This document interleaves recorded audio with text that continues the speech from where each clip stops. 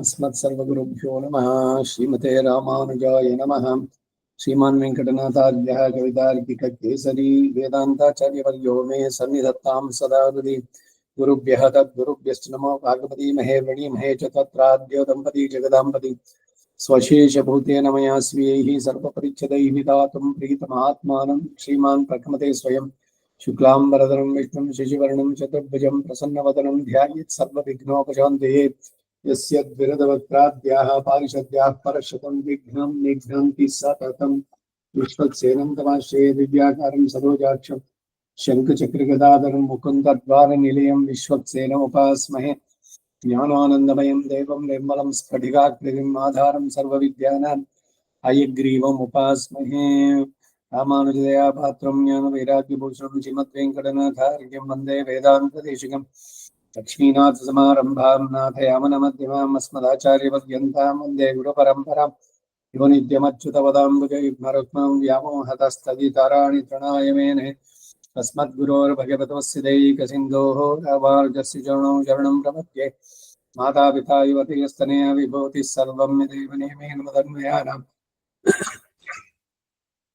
आद्यस्य न कुलपतेर्वकुलाभिरामम् श्रीमत्तदङ्घ्रिगुलं प्रणमामि मूर्धभूतं सरश्च मादाह्वयपट्टनः श्रीभक्तिसारकुलशेखर योगिवाहान् भक्ताङ्घ्रिरेणुवरकालयतीन्द्रमिश्रान् श्रीमत्पराङ्कुशमुनिं प्रणतोऽस्मि नित्यम्। व्यासं वसिष्ठनप्तारं शक्ते पौत्रमकल्मषं पराशरात्मजं वन्दे सुखदातं तपोनिधिं।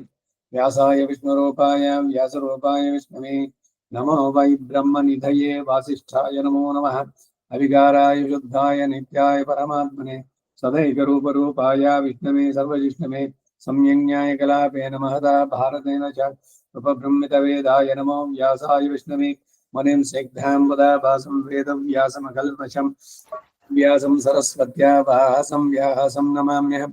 अचतुर्वदनो ब्रह्मा द्विपावरपरो हरिः अपाललोचनः शम्भुः भगवान् बादरायणः कृष्णं कमलभद्राक्षं पुण्यश्रवणकीर्तनं वासुदेवं जगद्योनिं नौमि नारायणं हरिम्। कृष्णाय यादवेन्द्राय ज्ञानमुद्राय योगिने नाथाय रुक्मिणीशाय नमो वेदान्तवेदिने सारथ्यमर्दिनोस्याजौ कुर्वन् गीतामृतं ददौ लोकत्रयोपकाराय तस्मै कृष्णात्मने नमः। सर्वोपनिषदो गावः दुग्धा गोपालनन्दनः आत्थो वत्सः सुधीर्भोक्ता दुग्धं गीतामृतं महते मलनिर्मोचनं पुंसां जलस्नानं दिने दिने सगद्गीताम्बसि स्नानं संसारमलमोचनं गीता सुगीता कर्तव्या किमन्यै शास्त्रविस्तरैः या स्वयं पद्मनाभस्य मुखपद्मात् विनिसृताः सर्वशास्त्रमयी गीता सर्वदेवमयो हरिः सर्वतीर्थमयी गंगा सर्वधर्ममयो मनः।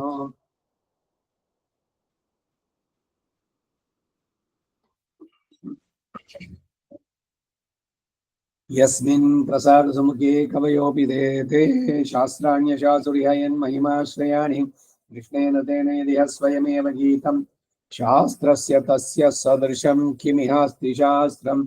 भीष्मद्रोणतटा चैत्रतजला गान्धार नीलोत्पल शल्यग्राहवती कृपेण वहिनी कर्णेन वेलाकुला अश्वत्थाम विकर्ण घोरमकरा दुर्योधनावर्तिनी स्वोत्तीर्णाः खलु पाण्डव हिरणनदी कैवर्तके केशवे नमोऽस्तु ते व्यासविशालबुद्धे पुल्लारविन्दायतपत्रनेत्र येन त्वया भारततैलपूर्णः प्रज्वालितो ज्ञानमयप्रदीपः प्रपन्नपारिजाताय स्तोत्रवेत्रैकपाणये ज्ञानमुद्राय कृष्णाय गीतामृतदुहे नमः।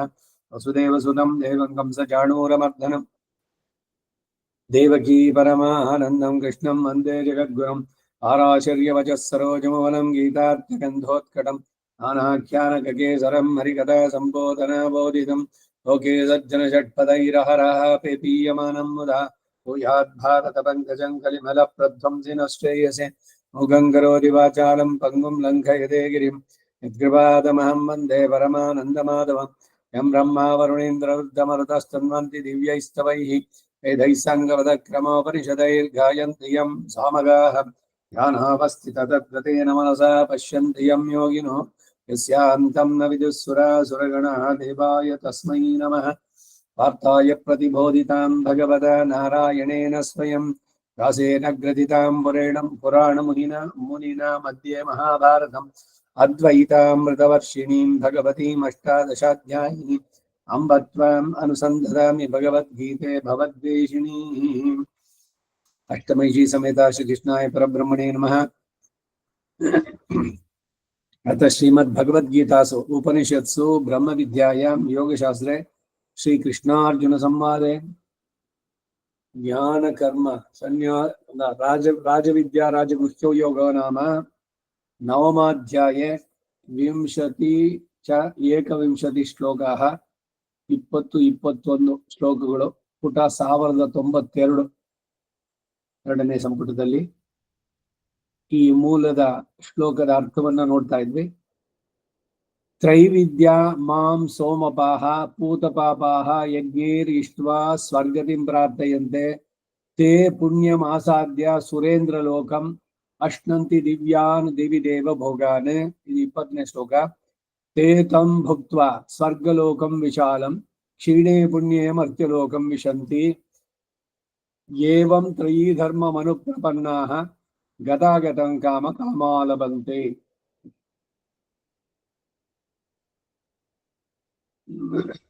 ತ್ರಯೀ ಧರ್ಮ ಮನುಪ್ರಪನ್ನಾಃ ಕಾಮ ಕಾಮಾಃ ಗತಾಗತಂ ಲಭಂತೆ. ಆ ಜಾಗದಲ್ಲಿ ಇಸ್ಕೊಂಡಿದ್ವಿ. 3 ವೇದಗಳಲ್ಲೂ ಹೇಳಿರುವ ಯಜ್ಞಾದಿ ಕರ್ಮಗಳನ್ನ ಅನುಷ್ಠಿಸುವವರಾಗಿ ಕಾಮ ಕಾಮಾಹ ಮೋಕ್ಷೇತರ ಫಲಗಳು, ಮೋಕ್ಷವನ್ನು ಬಿಟ್ಟು ಬೇರಾದಿ ಸ್ವರ್ಗಾದಿ ಉಪಭೋಗಗಳಲ್ಲಿ ಆಸೆಯುಳ್ಳಂತಹ ಐಶ್ವರ್ಯಾರ್ಥಿಗಳು ಗತಾಗತಂ ಹೋಗೋಣ ಬರೋಣ ಅಂದ್ರೆ ಪುನರಾವೃತ್ತಿ ರೂಪವಾದ ಫಲವನ್ನ ಕೊಡ್ತಾರೆ. ಮತ್ತೆ ಸಾಯ್ತಾರೆ, ಮತ್ತೆ ಹುಡ್ತಾರೆ, ಆಯಾ ಲೋಕಗಳಲ್ಲಿ ಹೋಗ್ತಾರೆ, ಅಲ್ಲಿಯ ಭೋಗಗಳನ್ನು ಅನುಭವಿಸ್ತಾರೆ, ಮತ್ತೆ ಬೀಳ್ತಾರೆ. ಹಾಗೆ ಪುನಃ ಪುನಃ ಪುನರಾವೃತ್ತಿ ರೂಪವಾದ ಫಲವನ್ನ ಲಭಂತೆ ಹೊಂದುತ್ತಾರೆ. ಕಾಮ್ಯ ಫಲಗಳನ್ನು ಅಪೇಕ್ಷಿಸುವವರು ನನ್ನನ್ನು ಕುರಿತು ವೇದ ಪ್ರೋಕ್ತ ಕರ್ಮಗಳಲ್ಲಿ ಯಜ್ಞಗಳನ್ನ ಮಾಡಿ ಸ್ವರ್ಗಾದಿ ಭೋಗಗಳನ್ನು ಅಪೇಕ್ಷಿಸಿದರೆ ಅವುಗಳನ್ನು ಹೊಂದುತ್ತಾರೆ.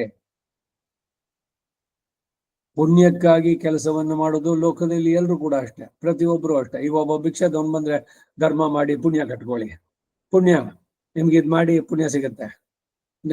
ಅನಾಥರಿಗೆ ಸಹಾಯ ಮಾಡಿ ಪುಣ್ಯ ಸಿಗುತ್ತೆ. ಏಕಾದಶಿ ವ್ರತ ಮಾಡಿ ಪುಣ್ಯ ಸಿಗುತ್ತೆ. ತೀರ್ಥಯಾತ್ರೆಗೆ ಹೋಗ್ಬಿಟ್ಟು ಬನ್ನಿ ಪುಣ್ಯ ಸಿಗುತ್ತೆ. ಏನು ಸಿಗೋಲ್ಲ ಅಂದ್ರೆ ಯಾರು ಏನು ಮಾಡೋಲ್ಲ. ಅದಕ್ಕಾಗಿ ಎಲ್ಲ ಕಡೆನಲ್ಲೂ ಅಷ್ಟೇ ಈ ಫಲಶ್ರುತಿ ಅನ್ನೋದು ಬಂದಿರೋದು ಹಾಗೆ ಎಲ್ಲ ಸ್ತೋತ್ರಗಳಲ್ಲೂ ಏಕಕಾಲೇ ಪಡೆ ನಿತ್ಯ ಮಹಾಪಾತಕನಾಶನಂ. ಆಳ್ವಾರಗಳು ಅಷ್ಟೇ 10 ಪಾಶಗಳಾದ್ಮೇಲೆ 11ನೇ ಪಾಶರ ಫಲಶ್ರುತಿ. ಇದನ್ನ ಹೇಳಿದವ್ರಿಗೆ ಏನ್ ಸಿಗತ್ತೆ ಅಂತ ಒಟ್ಟಿನಲ್ಲಿ ಏನೋ ಸಿಗತ್ತೆ ಅನ್ನೋದ್ರಿಂದ ಜನಗಳೆಲ್ಲ ಅದರಲ್ಲಿ ತೊಡಗ್ತಾರೆ. ಏನು ಸಿಗೋಲ್ಲ ಅಂತಂದ್ರೆ ಯಾರು ಮಾಡ್ತಾರೆ? ಈ ಸಂಧಾನ ಎಲ್ರು ಬಿಟ್ಟಿದ್ದಕ್ಕೆ ಕಾರಣ ಏನು ಅಂದ್ರೆ ನಮ್ಮ ವಯಸ್ಸಿನವ್ರು ಅಂದಿಟ್ಕೊಳ್ಳಿ 60, 70, 80 ಈ ಇದ್ರಲ್ಲಿರೋ ಅವ್ರಗಳಿಗೆಲ್ಲ ಹಿಂದೆ ಏನ್ ಹೇಳಿತ್ತು? ಸಂಧ್ಯಾವನ್ನೇ ಮಾಡ್ಬೇಕು. ಮಾಡಿದ್ರೇನಿಲ್ಲ. ಮಾಡದೇ ಇದ್ರೆ ದೋಷ ಆಗತ್ತೆ. ಮಾಡಿದ್ರೆ ಏನು ಇಲ್ಲ ಅಂದ್ರೆ ಯಾಕೆ ಮಾಡ್ಬೇಕು ಈ ಪ್ರಶ್ನೆ. ಹೀಗಾಗಿ ಬಹಳಷ್ಟು ಜನ ಸಂಧ್ಯಾವನ್ನೇ ಬಿಟ್ರು. ಯಾರು ಏನು ಇಲ್ಲ ಅಂತ ಹೇಳಿದ್ರು ಅವ್ರು ಸರಿಯಾಗಿ ವೇದವನ್ನು ಓದಿದ್ರ? ಪ್ರಾತಃ ಇದರಲ್ಲಿ ಮಧ್ಯಾಹ್ನ ಸಾಯಂಕಾಲ ಎಲ್ಲ ಮಾಡುವಂತ ಕುರ್ವನ್ ಬ್ರಾಹ್ಮಣ ವಿದ್ವಾನ್ ಸಕಲಂ ಭದ್ರಮಶ್ನುತೆ. ಎಲ್ಲವನ್ನೂ ಅವನು ಪಡೀತಾನೆ. ಅವನ ಪ್ರವರ್ಧನ ಪ್ರಾಚೀನ ಕರ್ಮಗಳು ಏನಿದೆ ಅದುಗಳೆಲ್ಲ ಪರಿಹಾರ ಆಗಿ ಅವನಿಗೆ ಎಲ್ಲ ಉತ್ತಮವಾದಂತಹ ಪ್ರಾಪ್ತಿಗಳು ಸಿಗುತ್ತೆ. ಧರ್ಮೇಣ ಪಾಪ ಮಾಪನೋದತಿ. ಇದೆಲ್ಲ ಯಾಕೆ ಮರ್ತು ಬಿಟ್ರು ಅಂತ. ಯಾರು ಹೇಳಿದ್ರು ಸಂಧ್ಯಾವನ್ನೇ ಮಾಡಿದ್ರೆ ಏನಿಲ್ಲ, ಎಲ್ಲದಕ್ಕೂ ಕೂಡ ಫಲ ಇದೆ. ಒಳ್ಳೇದ್ ಮಾಡಿದ್ರೆ ಖಂಡಿತ ಅವ್ರಿಗೆ ಆ ಫಲ ಸಿಗತ್ತೆ. ಕೆಟ್ಟದ್ ಮಾಡಿದ್ರೆ ಹೇಗೆ ಖಂಡಿತವಾಗಿ ಅವ್ರಿಗೆ ಶಿಕ್ಷೆ ಉಂಟೋ ಹಾಗೆ ಒಳ್ಳೇದ್ ಮಾಡಿದಾಗ ಖಂಡಿತ ಅವರ ಪುಣ್ಯದ ಫಲವನ್ನು ಅನುಭವಿಸಲೇಬೇಕು.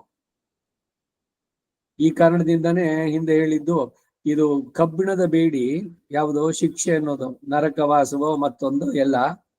ಆದ್ರೆ ಚಿನ್ನದ ಬೇಡಿ ಸ್ವರ್ಗಾದಿ ಬೇರೆ ಬೇರೆ ಲೋಕಗಳಲ್ಲಿ ವಾಸ.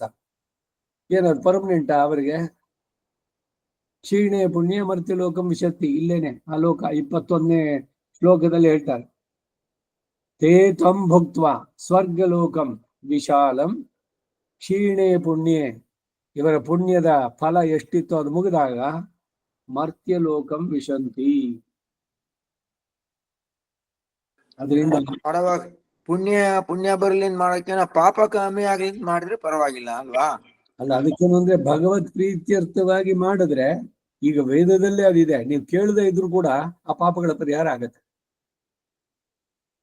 ಸಂಧ್ಯಾ ವಂದನೆ ಅವರವರಿಗೆ ವಿಹಿತವಾದಂತದ್ದು ನಿತ್ಯ ನೈಮಿತ್ಯ ಕರ್ಮಗಳು ಭಗವತ್ ಪ್ರೀತ್ಯರ್ಥವಾಗಿ ಮಾಡಿದ್ರೆ ಅದಕ್ಕೆ ಆಧಾರ ಇಲ್ಲಿಂದ ಧರ್ಮೇಣ ಪಾಪಂ ಅಪನುದತಿ ತಸ್ಮಾತ್ ಧರ್ಮಂ ಪರಮಂ ವದಂತಿ ತೈತರಿಯ. ಪಾಪಗಳ ಪರಿಹಾರಕ್ಕಾಗಿ ವಿದ್ಯುಕ್ತವಾದಂತಹ ಕೆಲಸಗಳನ್ನ ಅನನುಷ್ಠಾನಾತ್ ಮಾನವ ನರಾಹ ಪತತಮಿಚ್ಛಂತಿ, ಅವನ್ ಕೆಳಗಡೆ ಬೀಳ್ತಾನೆ ಅಂತಂದ್ರೆ ಶಿಕ್ಷೆಗೆ ಅರ್ಹನಾಗ್ತಾನೆ. ಯಾಕೆಂದ್ರೆ ಭಗವದ ಆಜ್ಞಾತಿ ಲಂಘನ. ಅದು ನೀವು ಆ ಶ್ರದ್ಧೆಯಿಂದ ಮಾಡಿದ್ದೆ ಆದ್ರೆ ಖಂಡಿತ ಅದರಲ್ಲಿ ಸಂದೇಹನೇ ಇಲ್ಲ. ಇವನು ಪುಣ್ಯ ಸಿಗಲಿ, ಈಗ ಸಂಧ್ಯಾವನೆ ಮಾಡ್ತೀನಿ ಅದ್ರ ಇದೇನೋ ಪುಣ್ಯ ಸಿಗತ್ತೆ ಅಂತಲ್ಲ, ಸುಮ್ಮನೆ ಮಾಡ್ಲಿ, ಅದರ ಫಲ ಏನು ಅಂದ್ರೆ ಇದು.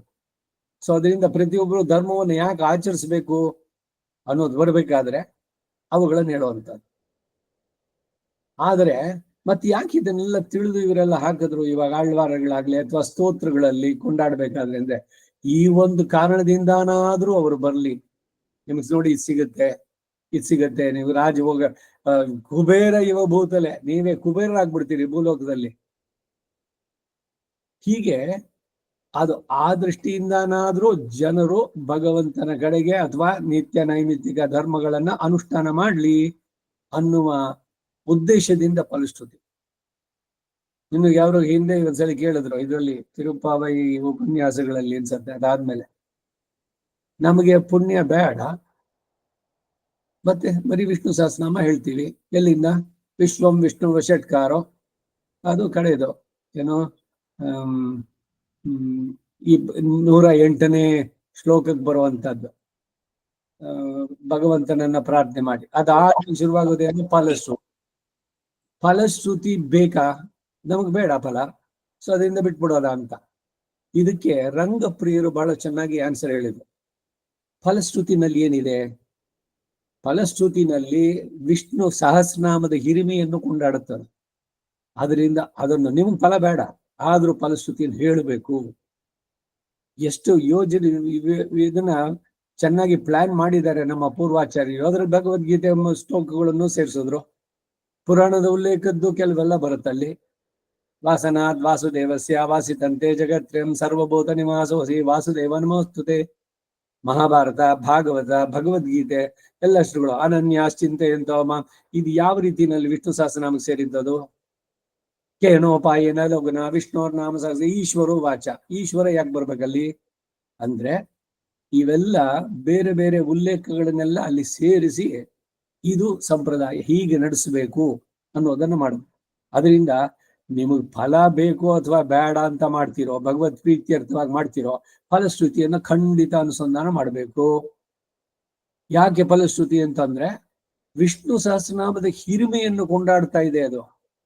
ನೀವು ನಾಮ ಸಂಕೀರ್ತನೆ ಮಾಡೋದೊಂದು, ಆ ನಾಮ ಸಂಕೀರ್ತಿಯ ಹಿರಿಮೆ ಏನು ಅನ್ನೋದನ್ನು ತಿಳಿಸೋದು ಆ ಫಲಶ್ರುತಿಗಳು. ಅದರಿಂದ ಇದು ಬರೀ ವಿಷ್ಣು ಸಹಸ್ರನಾಮಕ್ಕೆ ಅನ್ವಯ ಅಷ್ಟೇ ಅಲ್ಲ, ಎಲ್ಲೇ ಫಲಶ್ರುತಿಗಳು ಇದ್ರೂ ಕೂಡ ಅದನ್ನ ಹೇಳ್ಬೇಕು. ಇವಾಗ ನರಸಿಂಹ ಸಹಸ್ರನಾಮ ಹೇಳಿ, ಕಡೆಯಲ್ಲಿ ಫಲಶ್ರುತಿ ಇದೆ. ಬೇರೆ ಬೇರೆ ಸಹಸ್ರನಾಮಗಳು ಒಂದೇ ಎರಡೇ ಅಲ್ಲ, 16 ಸಹಸ್ರನಾಮಗಳಿದೆ.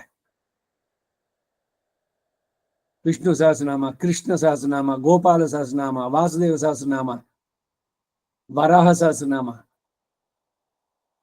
ಸಹಸ್ರನಾಮಗಳೇ ಬಹಳ ಹಿಂದೆ ಎಲ್ಲ ಹಾಕಿದ್ದಾರೆ ಈ ಪುಸ್ತಕಗಳೆಲ್ಲ. ತೆಲುಗುನಲ್ಲಿ ಇದೆ ಪುಸ್ತಕಗಳು, ನನ್ನ ಹತ್ರ ಇದೆ. ಇದು ಬರೀ ನಾಮಾವಳಿ ಎಲ್ಲ ರೆಗ್ಯುಲರ್ ಸಹಸ್ರನಾಮವೇನೆ.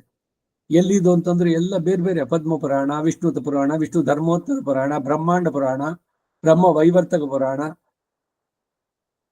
ಎಲ್ಲರೂ ಸಂವಾದ. ಸಾಮಾನ್ಯವಾಗಿ ಬಹಳಷ್ಟು ಕಡೆ ಈಶ್ವರ ಪಾರ್ವತಿಯರ ಸಂವಾದ ಸ್ಕಂದ ಪುರಾಣದಲ್ಲಿ ಬರೋದು, ಇಲ್ಲ ಮಾರ್ಕಂಡೇಯ, ಇವನು ಮರೀಚಿ ಅವರು, ಹೀಗೆ ಯಾರ್ಯಾರ್ದೋ ಇಬ್ರದು ಏನೋ ಕೇಳಿದ್ರು, ಅದಕ್ಕೆ ಭಗವಂತನೇ ಹೇಳದ್ನೋ ಇಲ್ಲ ಇನ್ನೊಬ್ಬ ಹೇಳ್ದ, ಆಮೇಲೆ ಮೊದಲು ಶುರು ಮಾಡ್ಬಿಟ್ಟದು, ಇಲ್ಲ ನಾರದ ಹೇಳ್ತಾನೆ. ಬೇರೆ ಬೇರೆ ಉಲ್ಲೇಖಗಳು. ಆ ಸಂವಾದದಲ್ಲಿ ಶುರು ಮಾಡಿ ಆಮೇಲೆ ಅವನು ಎಲ್ಲಿ ಹೇಳಿದ್ನೋ ಅವರು ಈಗ ಭಗವಂತ ಗರುಡನಿಗೆ ಹೇಳಿದ, ಸೊ ಅದನ್ನೇ ನಾನೀಗ ಹೇಳ್ತೀನಿ. ಇಲ್ಲ ಸನತ್ ಕುಮಾರ ಅವನು ಇನ್ಯಾರಿಗೂ ಹೇಳದ, ಅದರದನ್ನ ನಾನು ಇಲ್ಲಿ ಅವನು ಏನ್ ಹೇಳಿದ್ನೋ ಅದನ್ನೇ ನಿಂಗೆ ಹೇಳ್ತೀನಿ. ಈ ರೀತಿನಲ್ಲಿ ಶುರು ಮಾಡಿ ಆಮೇಲೆ ಆ ನಾಮಾವಳಿ ಶುರುವಾಗುತ್ತೆ. ಪ್ರತಿಯೊಂದು ಸಹಸ್ರನಾಮಕ್ಕೂ ಕೂಡ ಅಷ್ಟೇ. ಇವಕ್ಕೆಲ್ಲ ಅಂಗನ್ಯಾಸ ಕರನ್ಯಾಸಗಳು ಒಂದ್ಸಲಿ ಮೊದಲನೇ ಸಲ ಹೇಳ್ಬೇಕಾದ್ರೆ ಒಂದು ಗುರು ಉಪದೇಶ, ಒಂದು ಶ್ಲೋಕ ಅವ್ರ ಹತ್ರ ಹೇಳಿಸ್ಕೊಂಡು ಏನೋ ಅವ್ರು ಪೂರ ಹೇಳಿದ್ರು. ಈಗ ರಾಮಾಯಣದ ಉಪದೇಶ ಅಂತಂದ್ರೆ ಏನು 24,000 ಶ್ಲೋಕನ ಹೇಳ್ಕೊಡ್ತಾರೇನು? ಇದಕ್ಕೆ ಎಲ್ಲ ಅಧ್ಯಯನೋತ್ಸವ ಪ್ರತಿ ವರ್ಷ ಅಟೆಂಡ್ ಮಾಡಿದಾಗ ಇದರಲ್ಲಿ ಒಂದೊಂದೊಂದೊಂದು ಕೃತಿಗಳ ಆರಂಭದ ಶ್ಲೋಕ, ಕಡೆಯದು ಮುನ್ನುಡಿ ಪಿನ್ನುಡಿ ಹೇಳಿದ್ರೆ ಪೂರ್ಣವಾಗಿ ಬಂತು. ಆಚಾರ್ಯ ಮುಖೇನ ಅದನ್ನ ನಾನು ಪರಿಗ್ರಹಿಸ್ತೀನಿ ಅಂತ ಅವ್ ಭಗವಂತನು ಪ್ರೀತನಾಗಿ ಅವ್ರಿಗೆ ಅದ್ರ ಯಥಾರ್ಥವಾದ ಜ್ಞಾನವನ್ನು ಕೊಡ್ತಾನೆ. ನಾವೇ ಓದ್ಕೋತೀವಿ, ಪುಸ್ತಕ ಇದೆ, ಕ್ಯಾಸೆಟ್ ಇದೆ, ಎಲ್ಲ ಯೂಟ್ಯೂಬ್ ನಲ್ಲಿ ಸಿಗತ್ತೆ ಅಂತಂದ್ರೆ ಗುರುಮುಖದಿಂದ ಎಲ್ಲವನ್ನು ಕಲಿಬೇಕು ಅನ್ನೋದೊಂದು ಒಂದು ಪ್ರಿಯಂಬಲ್ ಫಸ್ಟ್ ಪ್ರತಿಯೊಂದಕ್ಕೂ ಕೂಡ ಅಷ್ಟೇ. ಯಾವುದೇ ವಿದ್ಯೆ ಆಗ್ಲಿ ಅದನ್ನು ಗುರುವಿನಿಂದ ಕರೀರಿ. ಅದಕ್ಕಾಗೇನೆ ಎಲ್ಲ ಕಡೆನಲ್ಲಿ ಯಾರು ಜಗದ್ಗುರು ಅವನು ಕೃಷ್ಣಂ ವಂದೇ ಜಗದ್ಗುರು ಈ ತರದಲ್ಲಿ ಅದರ ಒಂದು ಬರೆಯುವಂತ. ಸೊ ಇವಾಗ ಐಶ್ವರ್ಯಾರ್ಥಿಗಳಾದವರಿಗೆ ಅಲ್ಪ ಅಸ್ಥಿರ ಫಲಗಳಾದ್ದರಿಂದ ಆ ಭೋಗಗಳು ಮುಗಿದ ನಂತರ ಪುನಃ ಅವರು ಈ ಲೋಕಕ್ಕೆ ಬರ್ತಾರೆ. ಆದ್ದರಿಂದ ಐಶ್ವರ್ಯಾರ್ಥಿ ಆದರೆ ಪುನರಾವೃತ್ತಿ ಉಂಟು. ಈ ಐಶ್ವರ್ಯಾರ್ಥಿ ಯಾರು ಅನ್ನೋದು ಹಿಂದೆ ಎಲ್ಲ ಬಂದಿದೆ. ಈಗ ಚತುರ್ವಿಧ ಭಜಂತೆ ಮಾಂ ಅಂತ ಹಿಂದೆ ಬಂದಾಗ 4ನ್ನ ರಾಮಾನುಜರು 3 ಅಂತ ಮಾಡಿದ್ರು. ಯಾಕೆ 3 ಮಾಡಿದ್ರು? ಈಗ ಆರ್ತೋ ಅರ್ಥಾರ್ಥಿ ಇಬ್ಬರಿಗೂ ಉದ್ದೇಶ ಏನು? ಭಗವಂತನಿಂದ ಬೇಕು, ಅವ್ರೇನೋ ಕಳ್ಕೊಂಡಿದ್ದಾರೆ, ಅದು ಬೇಕು. ಧನ ಧಾನ್ಯ ಪಶು ಬಹುಪುತ್ರ ಲಾಭ ದೀರ್ಘವಾದ ಆಯಸ್ಸು ಆರೋಗ್ಯದಿಂದ ಪರಿಹಾರ, ಇದು ರೋಗಗಳಿಂದ ಪರಿಹಾರ, ನಿರಾಮಯ, ಆ ಕಷ್ಟ ಈ ಕ್ಲೇಶ ಅದನ್ನು ಬಿಡಿಸು ಇದನ್ನು ಬಿಡಿಸು. ಒಟ್ನಲ್ಲಿ ಇವ್ರಿಗೆ ಭಗವಂತ ಬೇಕಾಗಿಲ್ಲ. ಅವ್ರು ಕಡಿಮೆ ಅಂತ ಹೇಳೋಲ್ಲ, ಉದಾರ ಸರ್ವ ಏವ ಐತೆ. ಇವ್ರದ್ದು ಒಂದು ಕ್ಯಾಟಗರಿ, ಇವರಿಬ್ಬರನ್ನ ಒಂದಕ್ಕೆ ಏನು ಅಂದ್ರೆ ಐಶ್ವರ್ಯಾರ್ಥಿಗಳು. ಆರೋಗ್ಯದ ಇದನ್ನು ಕೇಳಿದ್ರು, ಸಂಪತ್ತು ಆರೋಗ್ಯ ಲಕ್ಷ್ಮಿ, ನನಗೆ ಯಾವ ರೋಗಗಳು ಬರೋದು ಬೇಡ, ಇಲ್ಲ ಇರೋ ರೋಗ ಪರಿಹಾರ ಆಗ್ಲಿ. ಇನ್ನೊಬ್ಬ ಅರ್ಥ ಏನೋ ಕಳ್ಕೊಂಡಿದ್ದಾನೆ, ಅದು ಬೇಕು ಇದು ಬೇಕು. ಅವ್ರ ಪಕ್ಕದ ಮನೆಯಲ್ಲಿ ಏನೋ ಹೊಸದಾಗಿ ತಗೊಂಡ್ಬಂದಿದ್ದಾರೆ, ನಮ್ಮಲ್ಲಿ ಇಲ್ಲ. ಬೈಕೆಗಳು ಅದಕ್ಕಾಗಿ ಭಗವಂತನಲ್ಲಿ ಬರುವಂತವ್ರು. ಆದ್ರೆ ಈ 3-4 ಕ್ಯಾಟಗರೀಸ್ ಎಲ್ಲ ಅವರು ಮೋಕ್ಷಾರ್ಥಿಗಳು. ಒಬ್ಬ ತನ್ನಂತ ಅಂತ ತಿಳ್ಕೊಂಡು ಆಮೇಲೆ ನಿಧಾನಕ್ಕೆ ಹೋಗ್ತೀನಿ ಅಂತ. ಇದಕ್ಕೇನೆ ಹಿಂದೆ ಹೇಳಿದ್ ನಾನು, ಇಲ್ಲಿಂದ ಅಮೆರಿಕ ಹೋಗ್ಬೇಕಾದ್ರೆ ಫ್ರಾಂಕ್ಫರ್ಟ್ ಇಳಿದು ಅಲ್ಲೊಂದು ವಾರ ಸುತ್ತಿ ನೋಡ್ಕೊಂಡು ಆಮೇಲೆ ಹೋಗ್ತೀನಿ ಅಂತ. ಮತ್ತೊಬ್ಬ ಇಲ್ಲ ನಾ ಇಲ್ಲಿಂದ ಹೊಟ್ಟಿದ ತಕ್ಷಣ ಡೈರೆಕ್ಟ್ ಅಲ್ಲಿ ಹೊಟ್ಟೋಗ್ಬೇಕು ಅಂತ. ಅವನು ಜ್ಞಾನಿ, ಬೇಡ ನನಗೆ ಬೇರೆ ಇನ್ನೇನು ಡಿವಿಯೇಷನ್ಸ್ ಅಂತ ಅನ್ನೋಂತ. ಬಟ್ 4 ಜನ ಹೋಗ್ರು. ಸೊ ಅವಾಗ ಇಲ್ಲಿ 3 ಕ್ಯಾಟಗರೀಸ್, ಒಂದು ಕೈವಲ್ಯಾರ್ಥಿ, ಇನ್ನೊಂದು ಮೋಕ್ಷಾರ್ಥಿ, 3ನೇದು ಐಶ್ವರ್ಯಾರ್ಥಿ ಅಂತ ಮಾಡುದು. ಸೊ ಈ ಐಶ್ವರ್ಯಾರ್ಥಿ ಆದ್ರೆ ಅವರಿಗೆ ಪುನರಾವೃತ್ತಿ ಉಂಟು, ಅವರಿಬ್ಬರಿಗಿಲ್ಲ. ಇಬ್ರು ಕೂಡ ಹೋಗುವಂತವ್ರೇನೆ. ಯೋಗದಲ್ಲಿ ಆತ್ಮದರ್ಶನ ಮಾಡ್ಕೊಂಡು ಕೂತ್ಬಿಟ್ರ ಅಂದ್ರೆ ಏನೋ ಭಗವಂತನ ಕೃಪೆಯಿಂದ ಅವ್ರಿಗೆ ಯಾವಾಗ್ಲೂ ತಿಳಿಯುತ್ತೆ. ಯಾಕೆಂದ್ರೆ ಇದು ಬಿಟ್ಬಿಟ್ಟಿದ್ದಾರೆ.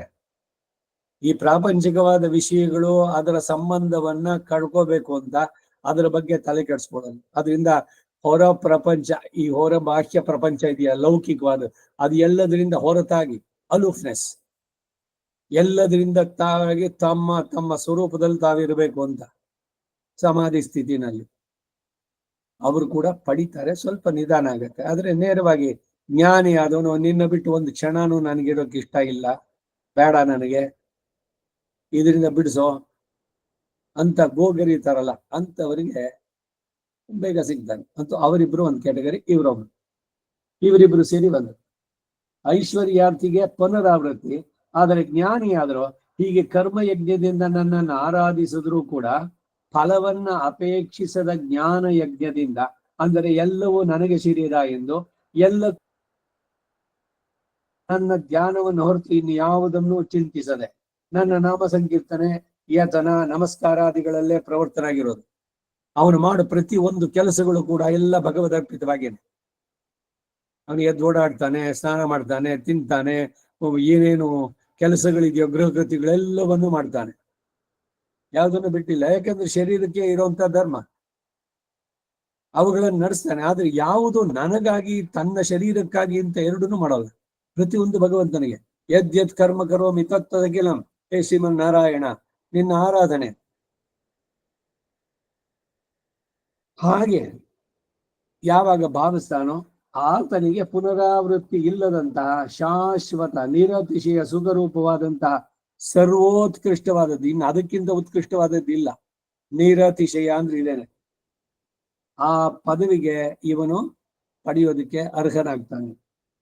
ಹೀಗೆ ಜ್ಞಾನಿಯ ಪ್ರಾಪ್ತಿಯಾದ ಶ್ಲಾಘನೆಗಾಗಿ ಐಶ್ವರ್ಯಾರ್ಥಿಯಾದ ಕಾಮಿಗೆ ಉಂಟಾಗುವ ಗತಾಗತ ರೂಪವಾದ ದುರವಸ್ಥೆ.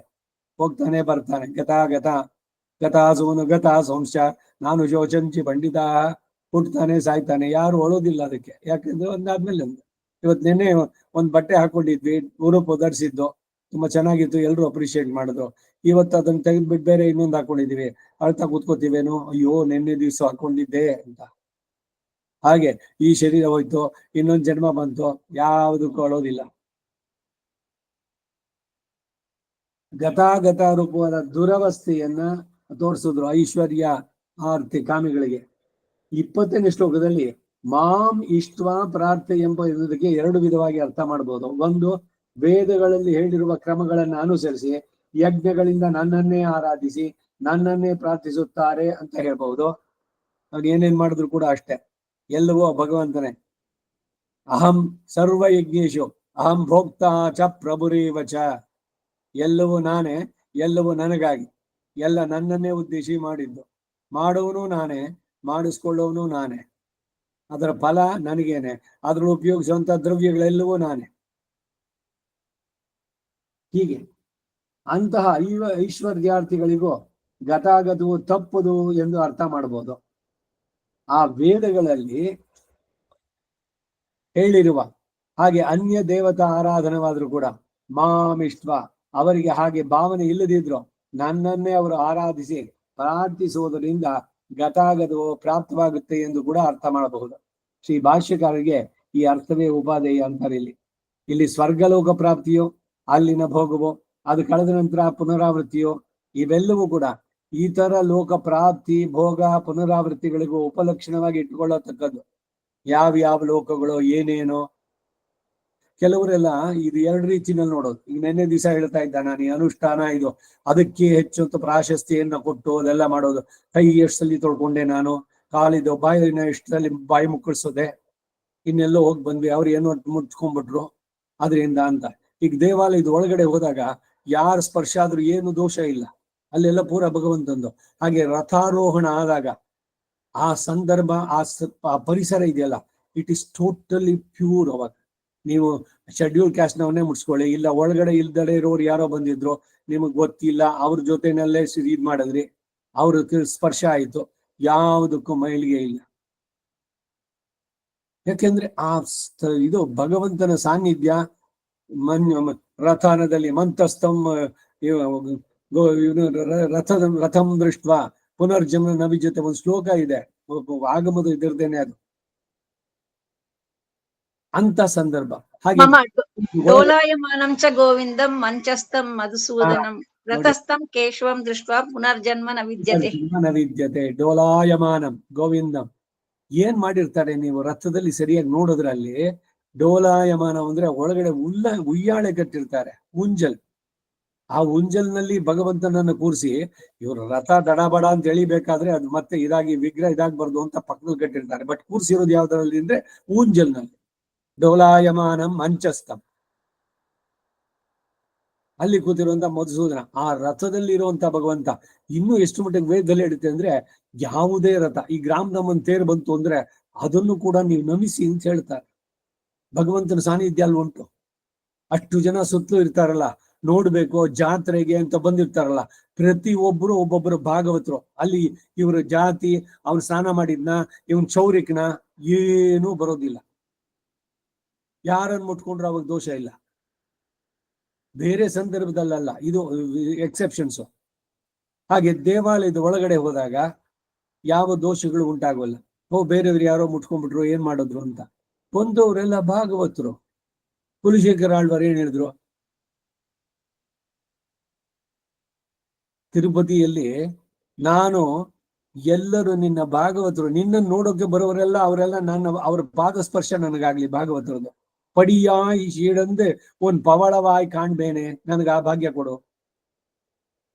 ಭಗವಂತನಲ್ಲಿ ಬರುವಂತ ಭಕ್ತರ ಬಗ್ಗೆ ಯಾವ ಅಭಿಮಾನ ಇದೆ, ಎಷ್ಟು ಗೌರವ ಇದೆ ನೋಡಿ. ಅದು ಬಿಟ್ಟು ಹೇ ದೂರ ಹೋಗು ನಾನು ಬರ್ತಾ ಇದ್ದೀನಿ, ಅವ್ನ್ ಮುಟ್ಕೊಂಡ್ಬಿಟ್ಟ ನಾವು ಹೋಗಿ ಸ್ನಾನ ಮಾಡ್ಬೇಕು, ಈ ಅತಿರೇಕಗಳು ಬೇಕಾಗೋದು. ಹಾಗಾದ್ರೆ ಬಿಯ್ಯನು ಬೇಡವಾ, ಸುಮ್ಮನೆ ಇಟ್ಬೇಡ ಹಾಗಾರೆ ಅಲ್ಲ, ಅದು ತಪ್ಪು. ಎಷ್ಟೆಷ್ಟು ನಿಮ್ಮಲ್ಲಿ ಸಾಧ್ಯವೋ ಅಷ್ಟು ಮಾಡಿ. ಆದ್ರೆ ಇದೇ ಫೈನಲ್ ಅಲ್ಲ. ಈ ಚೆನ್ನಾಗಿ ಇಟ್ಕೊಳ್ಳೋದು, ಇಲ್ಲ ಕೈ ಚೆನ್ನಾಗಿ ತೊಳ್ಕೊಳ್ಳೋದು, ಇನ್ನೇನು ಹೇಳಿದ್ನಲ್ಲ ನಾನು, ಆ ಚಮನ ಜಾಸ್ತಿ ನೀರು ಬಂದ್ಬಿಡ್ತು ಸ್ವಲ್ಪ ಕಡಿಮೆ ಮಾಡು. ಈ ಆ ಚಮನ ನೀರು ತಗೊಳ್ಳೋದ್ರಲ್ಲೇನೆ 5 ನಿಮಿಷ ಆದ್ರೆ ನೀವು ಸಂಧ್ಯಾವನೆ ಮುಗಿಸೋದು ಯಾವಾಗ? ಪ್ರಧಾನವಾದದ್ದೇನು? ಭಗವಂತನ್ ಬಿಟ್ಬಿಟ್ಟು ಬರೀ ಸರ್ಕಸೆ. ಆ ಮುನಿಪತ್ರಿಗಳ ಇದಾಯ್ತಲ್ಲ ಕೃಷ್ಣನ ಇದ್ರಲ್ಲಿ ಹೇಳ್ಬೇಕಾದ್ರೆ, ಅವರೆಲ್ಲ ಅಗ್ನಿಮುಖದಿಂದ ಭಗವಂತ ಪ್ರೀತನಾಗ್ಬೇಕು. ಇವರು ಯಜ್ಞದ ಹವಿಸ್ಸೆಲ್ಲ ಮಾಡಿಟ್ಟಿದ್ದಾರೆ, ಚರು ಸಕ್ಕರೆ ಪೊಂಗಲ್ಲು ಇವೆಲ್ಲ. ಇವರೆಲ್ಲ ಕೃಷ್ಣ ಕತೆ ಗೊತ್ತಿದೆಯಲ್ಲ ನಿಮ್ಗೆಲ್ಲ, ಕೇಳ್ದ ತುಂಬಾ ಹಸುವಾಗಿದೆ, ಹೋಗು ಅಲ್ಲಿ ಒಂದು ಯಜ್ಞ ನಡೀತಾ ಇದೆ, ಅಲ್ಲೊಬ್ರು ಕೃಷ್ಣ ಬಂದಿದ್ದಾನೆ, ನಾವೆಲ್ಲ ಅವನ್ ಸಗರು, ಅವನು ಅಲ್ಲಿ ಕೂತಿದ್ದಾನೆ, ಎಲ್ರಿಗೂ ಹಸುವಾಗಿದೆ ಸ್ವಲ್ಪ ಕೊಡಿ ಅಂತ. ಆ ಯಜ್ಞ ಮಾಡ್ತಾ ಇದ್ದವರೆಲ್ಲ ಬೈದ್ ಕಳ್ಸಿದ್ರು, ಹೋಗ್ರು ಆ ಕಡೆ ದೂರ, ಹೋಮ ಅಂತಿಲ್ಲ, ಇನ್ನು ಪೂರ್ಣಾವತಿ ಆಗಿಲ್ಲ, ಹಾಕೊಡೋದೆ ಅಂತ. ಎಲ್ಲ ಪೆಚ್ಚುಮೊರೆ ಹಾಕೊಂಡ್ ಬಂದ್ರು. ಕೃಷ್ಣ ಎಲ್ಲ ಬೈದ್ ಬಿಟ್ರು, ಹೊರಗಡೆ ಹೋಗಿ ಹತ್ರ ಬರಬೇಡಿ ಇಲ್ಲಿ ಅಂತ ಅಂತ. ಸರಿ ಆಯ್ತು, ಈಗ ಒಂದ್ ಕೆಲಸ ಮಾಡಿ, ಆ ಯಜ್ಞ ನಡೀತಾ ಇದೆಯಲ್ಲ ಅದ್ರ ಹಿಂದ್ಗಡೆನಲ್ಲಿ ಅವ್ರದ್ದೆಲ್ಲ ಕುಟೀರಗಳಿದೆ, ಆಶ್ರಮಗಳು, ಚಿಕ್ಕದಾಗಿ ಗುಡಿಸಲುಗಳು. ಅಲ್ಲಿ ಹೋಗ್ಬಿಟ್ಟು ಈ ಋಷಿ ಪತ್ನಿಗಳೆಲ್ಲ ಇದ್ದಾರೆ, ಅವ್ರ ಹತ್ರ ಹೋಗಿ ಹೇಳಿ ಕೃಷ್ಣ ಬಂದಿದ್ದಾನೆ, ಇಲ್ಲೇನೆ ಸ್ವಲ್ಪ ದೂರದಲ್ಲಿದ್ದಾನೆ, ಕರುಗಳನ್ನೆಲ್ಲ ಕರ್ಕೊಂಡ್ ಬಂದಿರೋದು, ತುಂಬಾ ಹಸುವಾಗಿದೆಯಂತೆ, ನಮಗೆಲ್ಲ ಹಸುವಾಗಿದೆ, ಕೃಷ್ಣಗೂ ಆಗಿದೆ, ಸೊ ಅದರಿಂದ ನಮಗೇನಾದ್ರು ಒಂದ್ ಸ್ವಲ್ಪ ಆಹಾರ ಕೊಡಿ ಅಂತ ಕೇಳಿ ಅಂತ. ಈ ಪತ್ನಿಯರೆಲ್ಲ ಏನ್ ಮಾಡಿದ್ರು, ಈ ಯಜ್ಞಕ್ಕಾಗಿ ಹವಿಸ್ಸಲ್ಲಿ ಸಿದ್ಧ ಮಾಡಿದ್ರು. ಕೃಷ್ಣ ಬಂದಿದ್ದಾನ ಅಂತ ಹೇಳ್ಬಿಟ್ಟು ಹೋಮ ಹೋದ್ರು ಹೋಗ್ಲಿ ಅಂತ ಹೇಳಿ ಎಲ್ಲ ತೆಗೆದು ಕೊಟ್ರು, ತಗೊಂಡೋದ್ರು ಇವರೆಲ್ಲ. ಇವರು ಅಗ್ನಿಮುಖದಿಂದ ಕೊಡ್ತಾ ಇದ್ದಿದ್ ಯಾರಿಗೆ? ಆ ಸಾಕ್ಷಾತ್ ಕೃಷ್ಣನೇ ಬಂದಿದ್ದಾಗ ಇವ್ರಿಗೆ ಅದು ಗೊತ್ತಾಯ್ತೆ. ಸೊ ಇವಾಗ ಯಾರು ದೊಡ್ಡವರಾದ್ರು? ಋಷಿಗಳ ನಿಷ್ಠೆಯಿಂದ ಎಲ್ಲ ನಡೆಸೋದು, ಇಲ್ಲ ಅವರ ಪತ್ನಿಯರ? ಮಾನಸಿಕವಾಗಿ ಇದು ಸ್ಪಿರಿಚುವಲ್ ಎಲಿವೇಶನ್ ಅಂತಂದ್ರೆ, ಈಗ ಅವ್ರು ಮಾಡಿದ ತಪ್ಪಲ್ವೇ? ಹೋಮಕ್ಕೆ ಆಗುವಂತದ್ದನ್ನು ತೆಗೆದು ಕೊಟ್ಬಿಟ್ರಲ್ಲ ಅಂತಂದ್ರೆ ಅವರ ಭಾವ ಏನಿತ್ತು? ನೇರವಾಗಿ ಕೃಷ್ಣನಿಗೆ ಕೊಡ್ಬೇಕಾದ್ರೆ ಯಾಕೆ ಥ್ರೂ ಚಾನಲ್ ಅಗ್ನಿ ಕೊಟ್ಟು ನಾವು ಅಗ್ನಿ ತಗೊಂಡೋಗಿ ಅವನಿಗೆ ತಲುಪಿಸಿ, ನೇರವಾಗಿ ಅವನೇ ಇದ್ದಾನೆ. ಈ ಎಲ್ಲ ಅರ್ಥಗಳು ಬರುತ್ತೆ. ಸೊ ಅದರಿಂದ ಆಚರಣೆಗಳು ಇವುಗಳೆಲ್ಲ ಮಾಡೋದು ಖಂಡಿತ ಬಿಡಬೇಕು ಅಂತ ಹೇಳ್ತಾ ಇಲ್ಲ. ಬರೀ ಆಚರಣೆಗೇನೆ ಶುಷ್ಕವಾದಂತ ಇದು ಅದಾಗಬಾರ್ದು. ಆ ಕ್ರಿಯೆಗಳು ಅದಲ್ಲೇ ಮಾಡಿ, ಆದರೆ ಪ್ರಧಾನವಾಗಿ ಅದು ಬರಬೇಕು. ಇಲ್ಲಿ ಯಾರು ಇದಕ್ಕೆಲ್ಲ ಹೆಚ್ಚಿಗೆ ಆಚರಣೆ ಕೊಡ್ತಾರೆ, ಇದಕ್ಕೆ ಪ್ರಾಶಸ್ತ್ಯವನ್ನು ಕೊಡ್ತಾರೆ, ಅವರುಗಳು ಏನು ಅಂತಂದ್ರೆ ಬೇರೆ ಎಲ್ರಿಗಿಂತ ನಾನು ಚೆನ್ನಾಗಿ ಮಾಡ್ತಾ ಇದ್ದೀನಿ, ನನ್ನಂತೆ ಆಚರಣೆ ಯಾರು ಮಾಡ್ತಾ ಇಲ್ಲ, ಅನುಷ್ಠಾನ ಪರ ನಾನು. ಆ ಹುಚ್ಚುತನಗಳು ಹೋಗ್ಬೇಕಷ್ಟೆ. ಯಾರಿಗೆ ತೋರಿಸ್ಕೋಬೇಕಾಗಿದೆ ನೀವು ತುಂಬಾ ಅನುಷ್ಠಾನ ಪರರು ಅಂತ? ಹಾಗಂತ ಎಲ್ಲ ಬಿಟ್ಬಿಡಿ ಅಂತಾನ ಅಲ್ಲ. ಇಲ್ಲ ಬೇರೆಗಡೆ ಅವರಿಗೆ ತೋರಿಸೋದಕ್ಕಾಗಿ ಹಾಕೊಳ್ಬೇಕು ಮಾಡ್ಕೊಳ್ಬೇಕು. ಅವಾಗ ದ್ವಾದಶತೆ ಊರ್ಧ್ವ ಪುಂಡಾದರ್ಶಿದ್ದಾರೆ. ಹೊರಗಿನ ತೋರಿಕೆಗೆ ಬೇಡ. ಅವರೆಲ್ಲ ಹೊಗಳ್ಬೇಕು, ಓಹೋ ಅವ್ರು ಏನು ಸ್ವಯಂ ಪಾಕ ಅವ್ರದ್ದು, ಈ ಹೆಸರು ಬೇಕು ಅಂತಾನೆ ಮಾಡೋದು. ಈ ವಿಪರೀತಗಳನ್ನ ಬಿಟ್ಟು ಭಗವದರ್ಪಿತವಾಗಿ ಅದು ಪ್ರೀತಿಯಿಂದ ಎಲ್ಲವನ್ನು ಮಾಡೋದು. ಅಯ್ಯೋ ಮಾಡ್ಬೇಕಲ್ಲ ಕರ್ಮ, ಇಲ್ಲ ನಾವು ಹೀಗೆ ಇಟ್ಕೊಂಡಿದ್ವಿ, ನಮ್ಮ ಸ್ವರೂಪ ಏನು, ಅದಕ್ಕಾಗಿ ನಾವು ಹೀಗೆ ಮಾಡ್ಲೇಬೇಕು, ಇದು ಯಾವ್ದು ಬೇಡ. ಲೋಕ ಮೆಚ್ಚಿಸೋದು ಬೇಡ, ಭಗವಂತನಿಗೆ ಮೆಚ್ಚುಗೆ ಆಗಲಿ, ಶ್ರದ್ಧೆಯಿಂದ ಮಾಡೋಣ. ಸ್ವಲ್ಪ ಮಪ್ಯಸ್ಯ ಧರ್ಮಸ್ಯ ತ್ರಾಯತೆ ಮಹತೋ ಭಯಾತ್. ನನಗೆ ಮತ್ತೆ ಈ ಶ್ಲೋಕ ಜ್ಞಾಪಕ ಬರುತ್ತೆ. ನಮ್ಮ ಗುರುಗಳು ಅನಂತರಂಗಾಚಾರ್ಯ ಹೇಳಿ, ಎಷ್ಟು ಸಾಧ್ಯವೋ ಮಾಡ್ತಾ ಬನ್ನಿ, ಅವನೇ ಅವಕಾಶ ಕೊಡ್ತಾನೆ. ಶ್ರದ್ಧೆಯಿಂದ ಮಾಡ್ತಾ ಇರ್ಬೇಕು. ಆ ಶ್ರದ್ಧೆನಲ್ಲಿ ಅದರ ಲೋಪ ಆಗ್ಬಾರ್ದು ಅಷ್ಟೇ.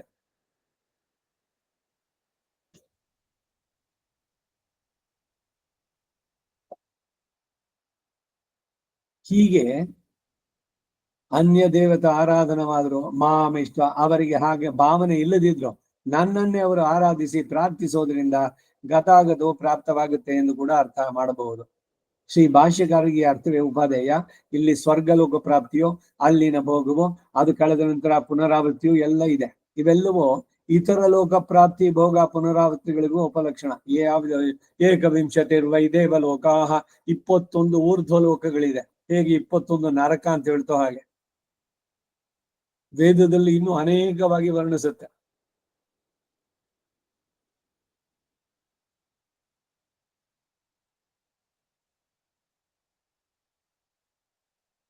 ಮಾಂ ಇಷ್ಟ್ವಾ ಪ್ರಾರ್ಥೆಯಂತೆ ಎಂದು ಇರುವಾಗ ಈ ಎರಡನೇ ಅರ್ಥ ಹೇಗೆ ಕೊಡುತ್ತೆ ಅಂದ್ರೆ, ಅವರು ತ್ರೈವಿದ್ಯರಾಗಿ ಪ್ರಾರ್ಥಿಸೋದು ಅನ್ಯ ದೇವತೆಗಳನ್ನು ಕುರಿತದ್ದೇ ಆಗಿ ಅವರೇ ಆರಾಧಿಸಲ್ಪಟ್ರು, ತತ್ ಶರೀರಕನಾದ ನಾನೇ ಆರಾಧಿಸಲ್ಪಡುತ್ತೇನೆ ಎಂಬುದು ವಾಸ್ತವವಾದ ವಿಷಯವಾದ್ರಿಂದ ಮಾಂ ಇಷ್ಟ್ವಾ ಪ್ರಾರ್ಥೆಯಂತೆ ಎಂಬ ಪ್ರಯೋಗ ಸಮಂಜಸವೇ.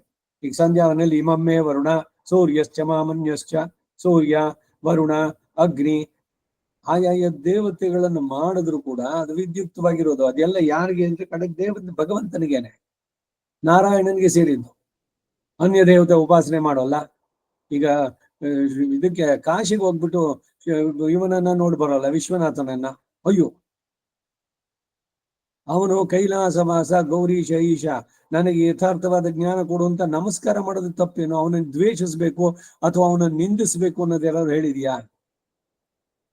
ಈಗ ತಿರುಮಂಗಿ ಆಳ್ವಾರು ಎಚ್ಚಿಲ್ ದೇವರು ಅಂತ ಹೇಳಿದ ತಕ್ಷಣ ಬರೀ ಎಂಜಲು ಅದು ಅಂತ ಅನ್ನೋ ಭಾವದಲ್ಲಿ ಅವ್ರು ಹೇಳಲಿಲ್ಲ. ಅಲ್ಲಿ ಈ ಭಗವಂತನೇ ಎಲ್ರಿಗೂ ಅವ್ರಿಗೆಲ್ಲ ಕೊಟ್ಟಿದ್ದು ಇವುಗಳನ್ನ ಅಂತ. ನಿಮ್ಮ ನಿಷ್ಠೆಗೆ ಅಲ್ಲಿ ಧಕ್ಕೆ ಆಗ್ಬಾರ್ದು. ಮತ್ ಯಾಕೆ ಆಳ್ವಾರುಗಳು, ಆಚಾರ್ಯರು, ಇಲ್ಲ ಸ್ವಾಮಿಗಳು ಇವರೆಲ್ಲ ಹೇಳೋದು ಕೊಡಾದೆ ಏನು ಪಣ್ ಕೊಡಾದೆ ಅಂತಾರೆ ಅಂದ್ರೆ, ನಿಮ್ಗೆ ಅಲ್ಲಿ ಹೋಗೋದು ಏನು ಉದ್ದೇಶ? ಯಾವುದು ಯಾರೋ ಹೇಳಿದ್ರು ಮಂಡಿ ನೋವು, ಅದಕ್ಕೆ ಹೋಗಿ ಅಲ್ಲಿ ನಂಜುಂಡ ಇದು ನಂಜನಗೂಡಿನಲ್ಲಿ ನಂಜುಂಡೇಶ್ವರನಿಗೋ ಶ್ರೀಕಂಠೇಶ್ವರನಿಗೋ ನಮಸ್ಕಾರ ಮಾಡಿ ಇಷ್ಟು ಇದ್ ಮಾಡ್ಕೊಂಡ್ ಬನ್ನಿ, 6 ವಾರ ಮಾಡಿ, ಇನ್ನೇನೋ ಮಾಡಿ. ಸರಿ, ಅದು ಒಂದ್ಸಲಿ ನೋಡ್ಬೋಣ. ನಿಮಗ್ ಪೂರ್ಣವಾದ ನಿಷ್ಠೆ ಇದ್ರೆ ಈ ನಿಮ್ಮ ನಾರಾಯಣನೇ ಕೊಡೋಲ್ವೇ? ಹಾಗಂತ ಅವನನ್ನ ನಿಂದಿಸ್ಬೇಕು ಅಂತಿಲ್ಲ. ಹೋದ ಕೈ ಮುಗಿದ್ರೆ ತಪ್ಪೇನು? ಇದೆಲ್ಲ ಅನೇಕ ಬಾರಿ ಹೇಳಿದ್ದಾಗಿದೆ. ಈಗ ಪತ್ನಿ ತನ್ನ ಪೂರ್ಣ ಶರೀರ ಅಲ್ಲ, ಮನಸ್ಸು ಎಲ್ಲವನ್ನು ಪೂರ್ಣವಾಗಿ ಸಮರ್ಪಣೆ ಪರಸ್ಪರ ಪತಿ ಪತ್ನಿಯರಲ್ಲಿ. ಹಾಗಂತ ಪತಿಯ ಮಿತ್ರರಿಗೆಲ್ಲ ಇವಳು ಎಲ್ಲವನ್ನೂ ಮಾಡೋದಲ್ಲ, ಗೌರವದಿಂದ ಕಾಣಬೇಕು. ಇಷ್ಟೇನೆ ಫಿಲಾಸಫಿ, ಅದರಲ್ಲಿರೋ ಅರ್ಥ. ಬೇರೆ ದೇವತೆಗಳು ಎಲ್ಲ ಭಗವಂತನಿಂದನೇ ಉಂಟಾದವರು, ಅವರನ್ನು ಗೌರವಿಸಿ. ಈ ಗೌರವಿಸಿದ್ರೋದ್ರಿಂದ ಅವನು ನಿಮ್ಮ ಏಕಾಂತ ಭಕ್ತಿಗೆ ಅದು ಧಕ್ಕೆ ಆಗೋದಿಲ್ಲ. ಹೀಗೆ ಎಲ್ಲ ಬರುವಂತಹದ್ದು.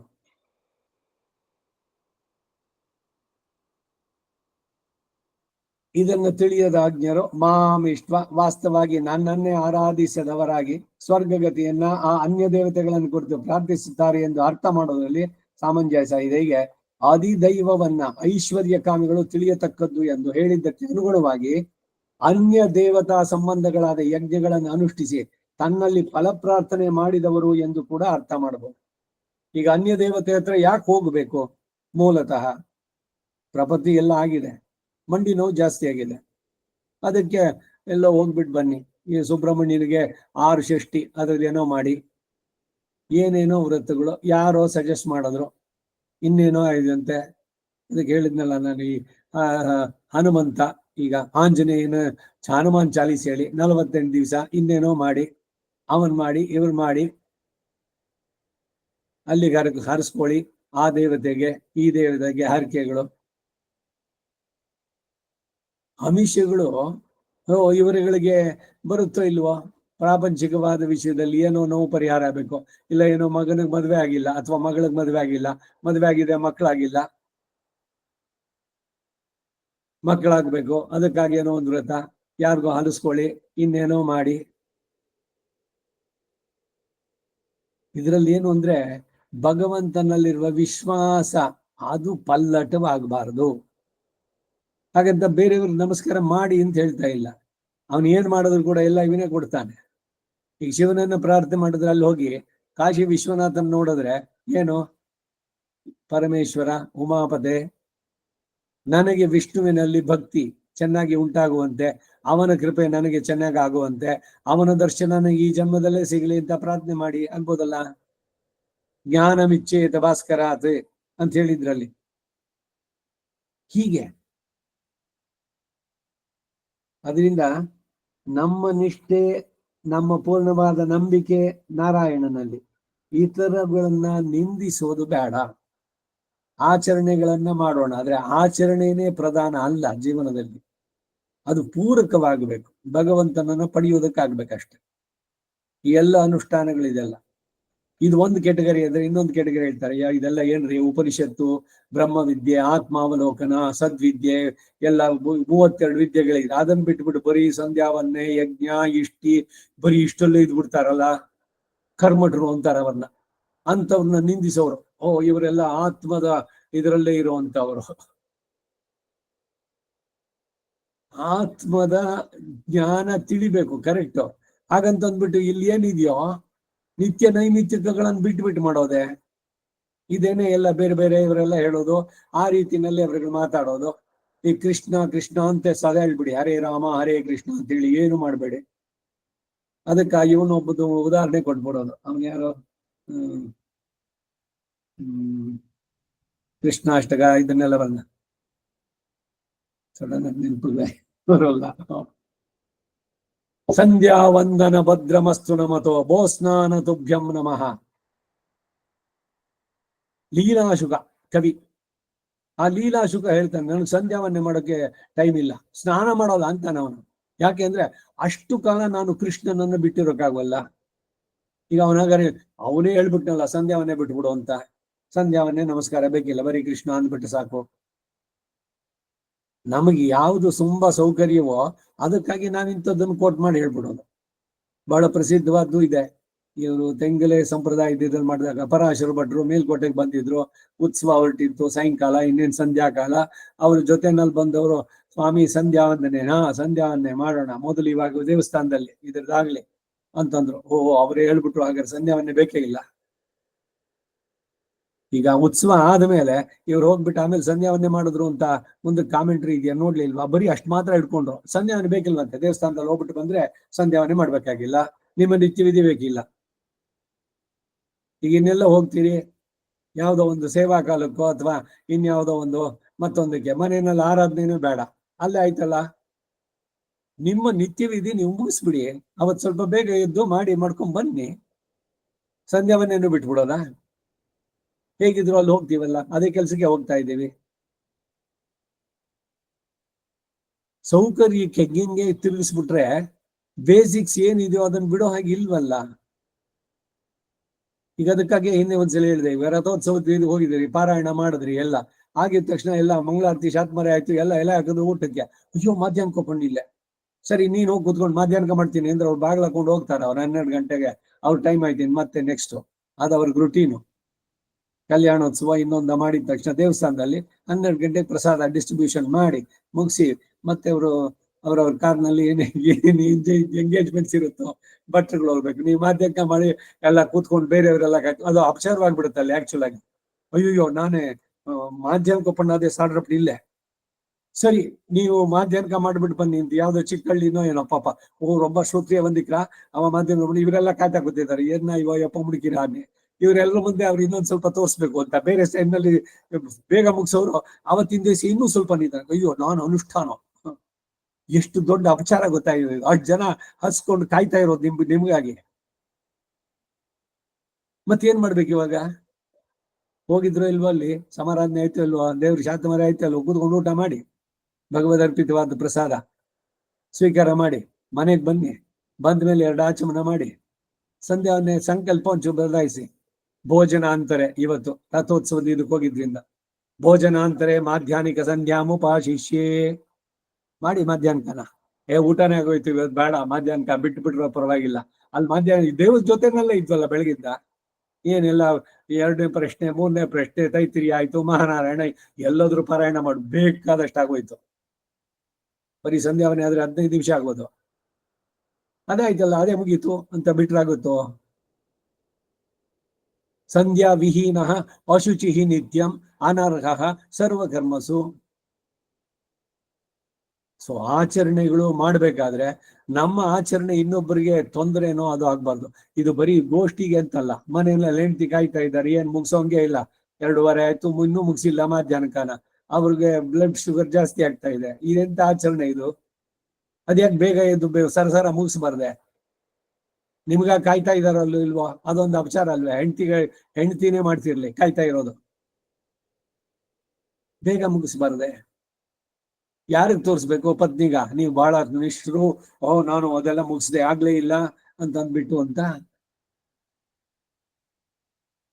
ಆಚರಣೆಗಳು ನಾವು ಮಾಡೋದು ಇನ್ನೊಬ್ಬರಿಗೆ ಹಿಂಸೆಯನ್ನು ಕಸಿವಿಸಿ ಮಾಡೋಕ್ ಹೋಗ್ಬಾರ್ದು. ಶಾಸ್ತ್ರ ಹೇಳೋದು ನಿಮ್ ಶರೀರನ ದಂಡಿಸ್ಕೊಂಡು ಆಮೇಲೆ ಮಾಡಿ ಅಂತ ಹೇಳೋದು. ಈಗ ಸಂಧ್ಯಾವನ್ನೆಲ್ಲ ತೀರ್ಥ ತಗೊಳ್ಳೋದು, ಒಂಚೂರು ಒಂದ್ ಸ್ವಲ್ಪ ನೀರ್ ಜಾಸ್ತಿ ಬಂದ್ಬಿಡ್ತು ಆಚಮನದಲ್ಲಿ, ಅಯ್ಯೋ ಪೋಚಿ ಸರಿಯಾಗ್ಲಿಲ್ಲ ಆಚಮನ, ಮತ್ತೆ ಇನ್ನೊಂದ್ಸಲಿ ತಗೊಳ್ಳಿ. ಉದ್ದಿನ ಕಾಳಷ್ಟೇ ಬಿತ್ತಾ ಇಲ್ಲ ಕಡ್ಲೆಕಾಯಿ ಅಷ್ಟೇ ನೀರ್ ಬಿತ್ತಾ? ಏನು ಹುಚ್ಚು ಆಚರಣೆಗಳು ಅಂತ. ಇದಕ್ಕೆ ಯಾಕೆ ಇಂಪಾರ್ಟೆನ್ಸು ಅಂತ ಹೇಳೋದು. ಮಾಧ್ಯಾಹ್ನಕ ಮಾಡ್ಬೇಕು, ಭಗವಂತನ ಚಿಂತನೆ ಆಗ್ಬೇಕು, ಅದಕ್ಕೆ ಮೊದಲಿಂದ ಅದು ಅಷ್ಟೇನೆ. ಅದರಲ್ಲಿ ಲೋಪದೋಷ ಆದ್ರೆ ಕಡೆನಲ್ಲಿ ಹೇಳೋಲ್ವೇ ನೀವು ಪ್ರಾಯಶ್ಚಿತ್ತ? ಸಂಧ್ಯಾವನ್ನೇ ಅಥವಾ ಮಾಧ್ಯಾಹ್ನಿಕ ಸಂಧ್ಯಾ ಸಂಭಾವಿತ ಮಂತ್ರತಂತ್ರ ಸ್ವರವರ್ಣ ವಿಧಿ ವಿಪರ್ಯಾಸ ನ್ಯೂನಾತಿರಿಕ್ತ ಲೋಪದೋಷ ಪ್ರಾಯಶ್ಚಿತ್ತಾರ್ಥ ನಾಮಂತ್ರ ಮಂತ್ರ ಜಪಂಕರಿಷೆ. ಹಾಗಂತ ಮನಸ್ಸಿಗೆ ಬಂದಂಗೆ ಏನೇನೋ ಮಾಡಿ ಅಂತ ಹೇಳೋಲ್ಲ, ಎಷ್ಟೆಷ್ಟು ಸಾಧ್ಯವೋ ಅಷ್ಟು. ಆದ್ರೆ ಅದೇ ಪ್ರಧಾನ ಆಗಬಾರದು. ಗಾಯತ್ರಿ ಜಪ ಅಲ್ಲಿ ಮುಖ್ಯ. ಆ ಗಾಯತ್ರಿ ಜಪಕ್ಕೆ ಇದೆಲ್ಲ ಪ್ರಿಯಂಬಲ್ ಬೇಕಾಗಿರೋದು. ಟೈಮಿಗೆ ಸರಿಯಾಗಿ ಮಾಡಿ.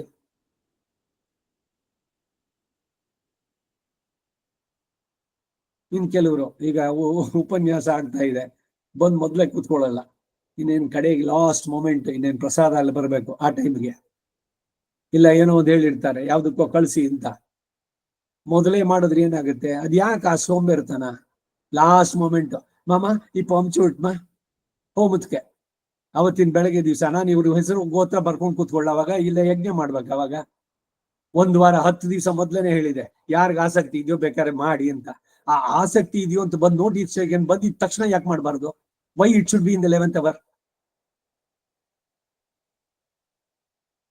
ಇದಕ್ಕೇನು ಹೇಳೋಣ? ಇದಕ್ಕೆ 1 ಸಲಿ 2 ಸಲಿ ಹೋದ್ರಾಯ್ತು. ಬೆಳಗ್ಗೆ ಫ್ಲೈಟ್ಗೆ ಹೋಗೋದಕ್ಕೆ ಅವತ್ತು ಫ್ಲೈಟ್ ಬುಕ್ ಆಗಿದೆ, ಇವ್ರದ್ದು ಇಲ್ಲಿಂದ ಏನೋ ಕೆಲಸ ಇದಕ್ಕೆ, ಆಮೇಲೆ ರೆಡಿ ಮಾಡ್ಕೊಂಡ್ರಾಯ್ತು. ಇನ್ನೇನು 2 ಗಂಟೆ ಇದೆ ಏನ್ ಬೇಕಾರೆ ಅವಾಗ ಇದೆಲ್ಲಿ ಅದೆಲ್ಲ ಇಟ್ಕೊಂಡ ನಾನು ಆ ಡಾಕ್ಯುಮೆಂಟು ಮತ್ತೊಂದು. ಲಾಸ್ಟ್ ಮೂಮೆಂಟ್ 11th hour ಅಲ್ಲಿ ತನಕ ಕಾಯೋದು. 1 ಗಂಟೆ ಇದೆ ಸರಿ, ಅವಾಗ ಟ್ಯಾಕ್ಸಿ ಮಾಡ್ಕೊಂಡು ಹೋಗೋದು, ಅಲ್ಲೆಲ್ಲೋ ಟ್ರಾಫಿಕ್ ನಲ್ಲಿ ಸಿಗಾಕೊಂಡು ಅಲ್ಲಿಂದ ಹೋಗೋದಿಗೆ ಅವ್ರನ್ನ ಕಾಯ್ತಾ ಇರ್ತಾನ ನೀವು ಬರ್ಲಿ ಅಂತ. ಅವನು ಹೋಯ್ತು, ಫ್ಲೈಟ್ ಮಿಸ್ ಆಯ್ತು. ಲೈಫ್ ನಲ್ಲೂ so many thing they will be missing. ಯಾಕೆ ಅಂದ್ರೆ ಯಾವುದನ್ನು ಯಾವಾಗ ಮಾಡ್ಬೇಕು ಮೊದಲೇ ಯಾಕೆ ಮಾಡಬಾರ್ದು ಅಂತ ಈ ಆಟಿಟ್ಯೂಡೇನೆ ಈಗಿನ ಜನರೇಷನ್ ವಿಶೇಷವಾಗಿ. ಮಾಡಿದ್ರಾಯ್ತು, ಇನ್ನು ಟೈಮ್ ಇದೆಯಲ್ಲ, ಅವಾಗ ಮಾಡಿದ್ರಾಯ್ತು. ಈಗ ಮಾಡ್ಬಿಟ್ಟು ಆಮೇಲೆ ಕೂತ್ಕೊಳ್ಳಿ, ಯಾಕೆ ಆಗ್ಬಾರ್ದು?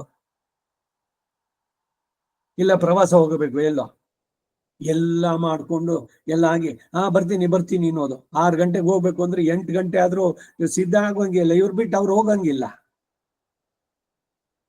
ಎಷ್ಟು ಅಪಚಾರಗಳಾಗ್ತಾ ಇದೆ. ಅವರುಗಳೆಲ್ಲ ಪಾಪ 3 ಗಂಟೆಗೆ ಎದ್ದು ಎಲ್ಲ ರೆಡಿಯಾಗಿ 6 ಗಂಟೆಗೆ ಅಂದ್ರೆ ರೆಡಿಯಾಗಿದ್ದಾರೆ, ಅವರಷ್ಟು ಶ್ರಮ ಹಾಕಿದ್ದಾರೆ. ಇವ್ರಿಗೆ ಹೋದ್ರಾಯ್ತು, ನಮ್ ಬಿಟ್ಟು ಹೋಗ್ತಾರೆ ಅವರು, ಇರ್ಲಿ. This attitude they will be punished. ಭಗವಂತ ಬಿಡೋದಿಲ್ಲ. ಇದೆಲ್ಲ ಅಪಚಾರಗಳಲ್ಲಿ ಸೇರೋದು, ಭಾಗವತ ಅಪಚಾರಗಳಲ್ಲಿ ಇದೆಲ್ಲ ಸೇರುವಂತದ್ದು. ನಮ್ಮಿಂದ ಕಶ್ಚಿತ್ ದುಃಖ ಬಾರಬೇಕು, ನಮ್ಮಿಂದ ಯಾವ ರೀತಿ ತೊಂದರೆ ಯಾರಿಗೂ ಉಂಟಾಗೋದು ಬೇಡ.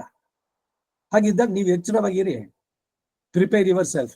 ಮೊದಲೇನೆ ನಾಳೆ ಕೆಲಸ ಮಾಡೋದನ್ನ ಇವತ್ತು ಮಾಡೋದನ್ನ ಈಗ ಮಾಡಿ. ಇನ್ನು ರಾತ್ರಿ ತನಕ ಟೈಮ್ ಇದೆಯಲ್ಲ, ಆಮೇಲೆ ಮಾಡೋಣ. Don't postpone the things. ಹಾಗೆ ಮನುಷ್ಯ ಜನ್ಮ ಇದರ ವ್ಯರ್ಥ ಆಗೋದು ಬೇಡ. 60 ವರ್ಷ ಆದ್ಮೇಲೆ ಆಮೇಲೆ ಭಗವಂತನ ಧ್ಯಾನ ಅನ್ನೋದು ಬೇಡ.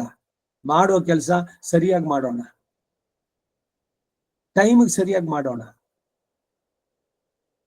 ಏನೋ ಒಂದು ಮಾಡಿದ್ರಾಯ್ತು, ಇಲ್ಲ ಲಾಸ್ಟ್ ಮೊಮೆಂಟ್ ಅಲ್ಲಿ ಈಗ ಸೇರ್ಸ್ಕೊಂಬಿಡಿ ಮಾಮ ನನ್ನ ಹೆಸರು ನೋವೆ, ಆಮೇಲೆ ಏನೋ ಒಂದ್ಸಲಿ ಪ್ರಮಾದ ವಶಾತ್ ಆಯ್ತು. ಬಟ್ ಅದೇ ರಿಪೀಟ್ ಮಾಡ್ತಾ ಬಂದ್ರೆ ಎಷ್ಟು ಮಟ್ಟಿಗೆ ಸರಿ? ನಿಮ್ಮ ಸ್ವಭಾವ, ನಿಮ್ಮ ನೇಚರು, ಇಟ್ ಶೋಸ್ ದಟ್. ಇದನ್ನೆಲ್ಲ ತೆಗೆದು ಚೇಂಜ್ ಯುವರ್ ಸೆಲ್ಫ್. ಹೊಸ ವರ್ಷ, ರೆಸಲ್ಯೂಷನ್ಸ್ ಇದೆಲ್ಲ ನಮಗೆ ಹೊಸ ವರ್ಷ. ಆದ್ರೂ ಈ ಕ್ರಿಶ್ಚಿಯನ್ ಗ್ರಿಗೇರಿಯನ್ ಕ್ಯಾಲೆಂಡರ್ ನಾನು ಯಾರಿಗೂ ವಿಶ್ ಮಾಡ್ಲಿಲ್ಲ ಹ್ಯಾಪಿ ನ್ಯೂ ಇಯರ್ ಅಂತ. ಇವು ಯುಗಾದಿನಲ್ಲಿ ಹೇಳೋಣ ಅನ್ನ, ಅದು ನನ್ನ ಕಾನ್ಸೆಪ್ಟ್. 12 ಗಂಟೆಗೆ ಅವ್ರಿಗೆಲ್ಲ ಎದ್ದು ಫೋನ್ ಮಾಡಿ, ಓಹೋ 12 o'clock at the dot ಅಲ್ಲಿ ನ್ಯೂಯಾರ್ಕ್ ನಲ್ಲಿ ಟೈಮ್ ಸ್ಕ್ವೇರ್ ಅಲ್ಲೊಂದು ಗಂಟೆ ಚೇಂಜ್ ಆಗುತ್ತೆ. ಓ ಏನೋ ದೊಡ್ಡದಾಗಿ ಏನು ಮೋಕ್ಷ ಬಾಗಿಲು ತೆಗೆದಂತೆ ಅವರ ಆಚರಣೆ, ಅದನ್ನ ನಾವು ಮಾಡೋದು. ಹೀಗೆ ಆಚರಣೆಗಳು ಇವೆಲ್ಲ ಎಷ್ಟು ವಿಚಿತ್ರವಾಗಿ ಆಗ್ಬಿಡುತ್ತೆ ಅಂತಂದ್ರೆ ಮೂಲತಃ ಏನು ಅನ್ನೋದೇ ಬಿಟ್ಟು ಹೋಗುತ್ತೆ ಬರೀ ಹೊರಗಡೆನಲ್ಲಿ ಅದರದಕ್ಕೆ ಆಗೋದಾಗತ್ತೆ. ಸೊ ಅದರಿಂದ ಅನುಷ್ಠಾನ ಬೇಕು, ಆದ್ರೆ ಬರೀ ಅದೇನೇ ಪ್ರಧಾನ ಅಲ್ಲ. ಪ್ರಧಾನವಾಗಿರೋ ದೇವತೆನೆ ಮರೆತು ಬಿಟ್ಟು ಬರೀ ಇಷ್ಟಕ್ಕೇನೆ ಮಾಡ್ತಾ ಕೂತ್ಕೊಂಡ್ರಾಗತ್ತೆ. ಈಗ ಮುನಿ ಪತ್ನಿಯವರ ಇವರಲ್ಲಿ ಹೇಳಿದ್ದು, ಅವರು ಭಗವಂತನ ತಿಳಿದಿದ್ರು, ಅವನು ಹೇಳ್ ಕಳ್ಸಿದಾನೆ ಮಿತ್ರರ ಜೊತೆಗೆ, ಎಲ್ಲ ತೆಗೆದ್ರು, ಸಕ್ಕರೆ ಪೊಂಗಲ್ ಎಲ್ಲದನ್ನು ಕೊಟ್ಟು ಕಳ್ಸಿದ್ರು. ಆಮೇಲೆ ದೀಸ್ ಋಷಿಗಳೆಲ್ಲ ರಿಪೆಂಟ್ ಮಾಡ್ಕೊಂಡ್ರು, ಗೊತ್ತೇನೋ ಅಲ್ಲಿ ಮುಂದಕ್ಕಿನ್ನು ಓದ್ವಿ ಕಥೆನ ಭಾಗವತದಲ್ಲಿ. ನಾವೆಂತ ಮೂರ್ಖರಾದ್ವಿ, ನಮ್ಮ ಪತ್ನಿಯರು ನಿಜವಾಗ್ಲೂ ಅರ್ಥದಲ್ಲಿ ಅವರು ಉತ್ತಮ ಅರ್ಧವೇ ಆದ್ರು, ಅವ್ರಿಗಿದ್ದ ವಿವೇಕ ನಮಗ್ ಬರ್ಲಿಲ್ವಲ್ಲ. ಯಜ್ಞಕ್ಕೆ ಕೂತಿದ್ದು, ಹೋಮ ಮಾಡಿದ್ದು ಎಲ್ಲ ಸ್ಮೃತಿನಲ್ಲಿ ಹೇಳಿದ್ದೇನೆ. ಹಾಗಾದ್ರೆ ಹೌದು, 2 ಧರ್ಮಗಳು ಬಂದಾಗ ಈಗ ಕೃಷ್ಣನೇ ಸಾಕ್ಷಾತ್ ಹೇಳ್ ಕಳ್ಸಿದ್ದು ಅದು ಪ್ರಧಾನವಾಗ್ಬೇಕು, ಇಲ್ಲ ಪೂರ್ಣಾಹುತಿ ಆದ್ಮೇಲೆ ಕೊಡ್ಬೇಕು ಅನ್ನೋದು ಪ್ರಧಾನವಾಗಬೇಕಾ? ಇದು ಪ್ರತಿ ಒಬ್ಬೊಬ್ಬರಿಗೂ ಬರುವಂತಹ ದ್ವಂದ್ವಗಳು.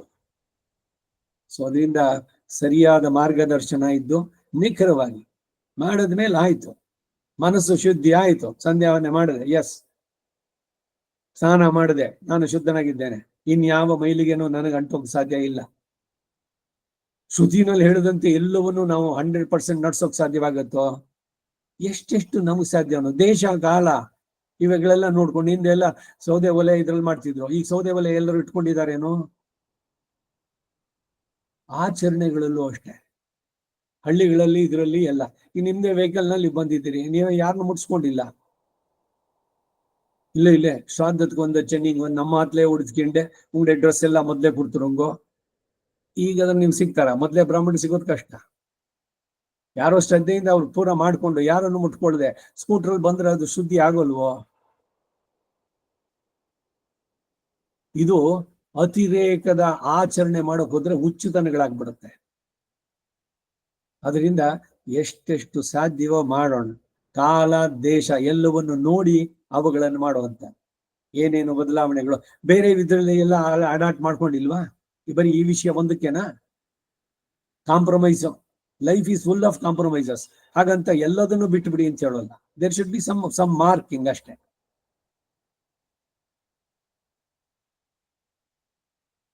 ತಥಾವಸ್ಥಿತ ಮಾಂ ಇಷ್ಟ್ವಾ ಪ್ರಾರ್ಥ್ಯಂತೆ ಅಂದಾಗ ಇದು ಹಿಂದೆ ಅಧಿದೈವತವನ್ನ ಐಶ್ವರ್ಯಗಾಮಿಗಳು ಅಂತ ತಿಳಿಯತಕ್ಕದ್ದು ಅಂತ ಹೇಳಿದಕ್ಕೆ ಅನುಗುಣವಾಗಿ ಅನ್ಯ ದೇವತಾ ಸಂಬಂಧಗಳಾದ ಯಜ್ಞಗಳನ್ನು ಅನುಷ್ಠಿಸಿ ತನ್ನಲ್ಲಿ ಫಲ ಪ್ರಾರ್ಥನೆಯನ್ನು ಮಾಡಿದವರು ಅಂತ ಕೂಡ ಅರ್ಥ ಮಾಡಬಹುದು. ಜ್ಞಾನ ಯಜ್ಞರಾದ್ರು, ಅಂದ್ರೆ ಉಪನಿಷತ್ತುಗಳಲ್ಲಿ ಉಪಪಾದಿತರವಾಗಿರುವಂತಹ ಜ್ಞಾನವುಳ್ಳ ವೇದಾಂತಿಗಳಾದ್ರು ಇಂತಹ ಕಾಮ್ಯ ಫಲಗಳೆಲ್ಲ ಅಲ್ಪ ಅಸ್ಥಿರಗಳಾದವುದು ಎಂದು ಚೆನ್ನಾಗಿ ತಿಳಿದು ಅವುಗಳನ್ನು ಕಣ್ಣೆತ್ತಿ ನೋಡದೆ ಜಾತಕ ಪಕ್ಷಿಗಳಂತೆ ಪರಮೈಕಾಂತಿಗಳಾಗಿ ಭಗವತ್ ಪ್ರಾಪ್ತಿಯಲ್ಲೇ ಸದಾ ಚಿತ್ತ ವೃತ್ತಿ ಉಳ್ಳವರಾಗಿದ್ದಾರೆ ಅನ್ನೋ ಭಾವ. ಸೊ ಸಾರಾಂಶ ಇಷ್ಟು. ಯಜ್ಞ ಯಾಗ ನಿತ್ಯ ನೈಮಿತ್ತಿಕ ಅನುಷ್ಠಾನಗಳನ್ನ ಬಿಡಬೇಡಿ, ಗೊತ್ತೈತೆ? ಇದು ಪ್ರಧಾನ. ನಾನು ಮನಸ್ಸಿನಲ್ಲಿ ಶುದ್ಧವಾಗಿದ್ದೀನಿ, ನಾನು ಯಾವಾಗ್ಲೂ ಭಗವಂತನ್ನೇ ಮಾಡ್ತೀನಿ. ಇಸ್ಕಾನ್ ಅವ್ರು ಹೇಳ್ತಾರೆ ಏನು ಮಾಡ್ಬೇಡಿ, ಕೃಷ್ಣ ಕೃಷ್ಣ ಅಂತೀರಿ ಅಂತ. ಅಲ್ಲ, ಹಾಗಂತ ಬರೀ ಅನುಷ್ಠಾನ ಇದೇನೆ, ನಾನು ಸರಿಯಾಗಿ ತಗೊಂಡ್ನ, ಕಾಲ್ ತೊಳ್ಕೊಂಡ್ನ, ಬಾಯಿ ಮುಕ್ಕಳಿಸೋದ್ನ ಎಷ್ಟು ಸಲ 32 ಸಲ ಬಾಯಿ ಮುಕ್ಕಳಿಸ್ಬೇಕು. ಈ 30 ಸಲ ಆಯ್ತಲ್ಲ, ಈ ಅತಿರೇಕಗಳು ಬೇಡ. ಶುದ್ಧಿ ಆಗಬೇಕು, ಮಾಡಿ. ಅದ್ರ ಪ್ರಧಾನ ಏನು? ಭಗವಂತನ ಕಡೆ ಗಮನ ಇರಲಿ. ಸೊ ಎರಡಕ್ಕೂ ಒಂದು ಸಮರಸವನ್ನು ತರಬೇಕು. ಅನುಷ್ಠಾನವನ್ನು ಬಿಡಬಾರ್ದು, ನಾಮ ಸಂಕೀರ್ತನೆ ಮತ್ತೆ ಬೇರೆ ಒಂದೊಂದು ಕಡೆ ಹೇಳಿದ್ದು ಅಂದ್ರೆ ಅದರ ಹಿರಿಮೆಯನ್ನು ತಿಳಿಸೋದಕ್ಕೆ. ಈಗ ಪರಾಶರ ಭಟ್ರು ಮೇಲ್ಕೋಟೆನಲ್ಲಿ ಸಂಧ್ಯಾವನ್ನೇ ಟೈಮ್ನಲ್ಲಿ ದೇವಸ್ಥಾನದಲ್ಲಿ ನಡೀತಾ ಇದ್ದಾಗ ಉತ್ಸವ, ನೀವು ಮನೆಯಲ್ಲಿ ಕೂತ್ಕೊಂಡು 108 ಗಾಯತ್ರಿ ಮಾಡ್ತೀನಿ ಅಂದ್ರೆ ಅದು ಅಪಚಾರ ಅಂತಿದೆ. ಮೊದಲು ದೇವಾಲಯದಲ್ಲಿ ಹೋಗಿ ಭಾಗವಹಿಸಿ, ಅದರಲ್ಲಿ ಬಂದ್ಬಿಟ್ಟು ಆಮೇಲೆ ಮಾಡಿ. ಟೈಮ್ ಮೀರೋಯ್ತಲ್ಲ ಅಂದ್ರೆ ಅವತ್ತಿನ ದಿವಸ ಆಗ್ಬೋದು, ಕಾಲಾತೀತ ದೋಷ ಪ್ರಾಯಶ್ಚಿತ್ತ ಇದೆ, ಒಂದ್ ಮಾಡಿ. ದಿವ್ಸಲ್ಲೂ ಮಾಡೋಕ್ ಹೋಗ್ಬೇಡಿ. ಸಿನಿಮಾ ನೋಡ್ತಾ ಕೂತಿದ್ದೀನಿ, ಇದೆಲ್ಲ ಸೀರಿಯಲ್ ಮುಗ್ದೋಗ್ಲಿ, ಆಮೇಲೆ ಹೋಗ್ಬಿಟ್ಟು ಕಾಲಾತೀತ ಮಾಡ್ತೀನಿ ಅಂದ್ರೆ ಮೀನಿಂಗ್ಲೆಸ್ ಅದು. ಈ ಟಿವಿ ಸೀರಿಯಲ್ ನೋಡದೆ ಇದ್ರೆ ನೀನ್ ಪ್ರಪಂಚ ಮುಳುಗೋಗಲ್ಲ. ಆದ್ರೆ ಅಲ್ಲಿ ಉತ್ಸವದಲ್ಲಿ ಭಾಗವಹಿಸದೆ ಇದ್ರೆ ಅದು ಅಪಚಾರ ಆಗತ್ತೆ. ಇದು ವ್ಯವಸ್ಥೆ, ಇದು ತಿಳಿಬೇಕಾದದ್ದು. ಧರ್ಮದ ಬಗ್ಗೆ ಎರಡು ಧರ್ಮಗಳು ಕ್ಲಾಶ್ ಬಂದಾಗ ಯಾವ್ದನ್ನ ನೋಡ್ಬೇಕು ಅಂದ್ರೆ ಇದು ಶಿಷ್ಟಾಚಾರ. ಭಗವಂತ ಅವನು ಪ್ರಧಾನ. ಸೊ ಪರಾಶರ ಮಾಡಿದ್ದು ಸರಿ, ಆಮೇಲೆ ಬಂದವರು ಸಂಧ್ಯಾವನೆ ಮಾಡಿದ್ದು ಸರಿ. ಸಂಧ್ಯಾವನ್ನೇ ಬಿಟ್ಟು ಬಿಡಿ ಅಂತ ಅಲ್ಲಿ ಇಲ್ಲ. ಯಾಕೆ ಅಂದ್ರೆ ಅದೇ ಪರಾಶರ ಭಟ್ಟಿರೋ ಬೇರೆ ಕೃತಿಗಳಲ್ಲಿ ಇದರ ಅವಶ್ಯಕತೆ ಎಷ್ಟು ಅಂತ ಹೇಳ್ತಾರೆ. ಸಂಧ್ಯಾ ವಿಹೀನ ಅಶುಚಿ ನಿತ್ಯಂ ಎಲ್ಲ ಹೇಳ್ಬಿಟ್ಟು ಅವರೇ ಮಾಡ್ತಿದ್ರೆ.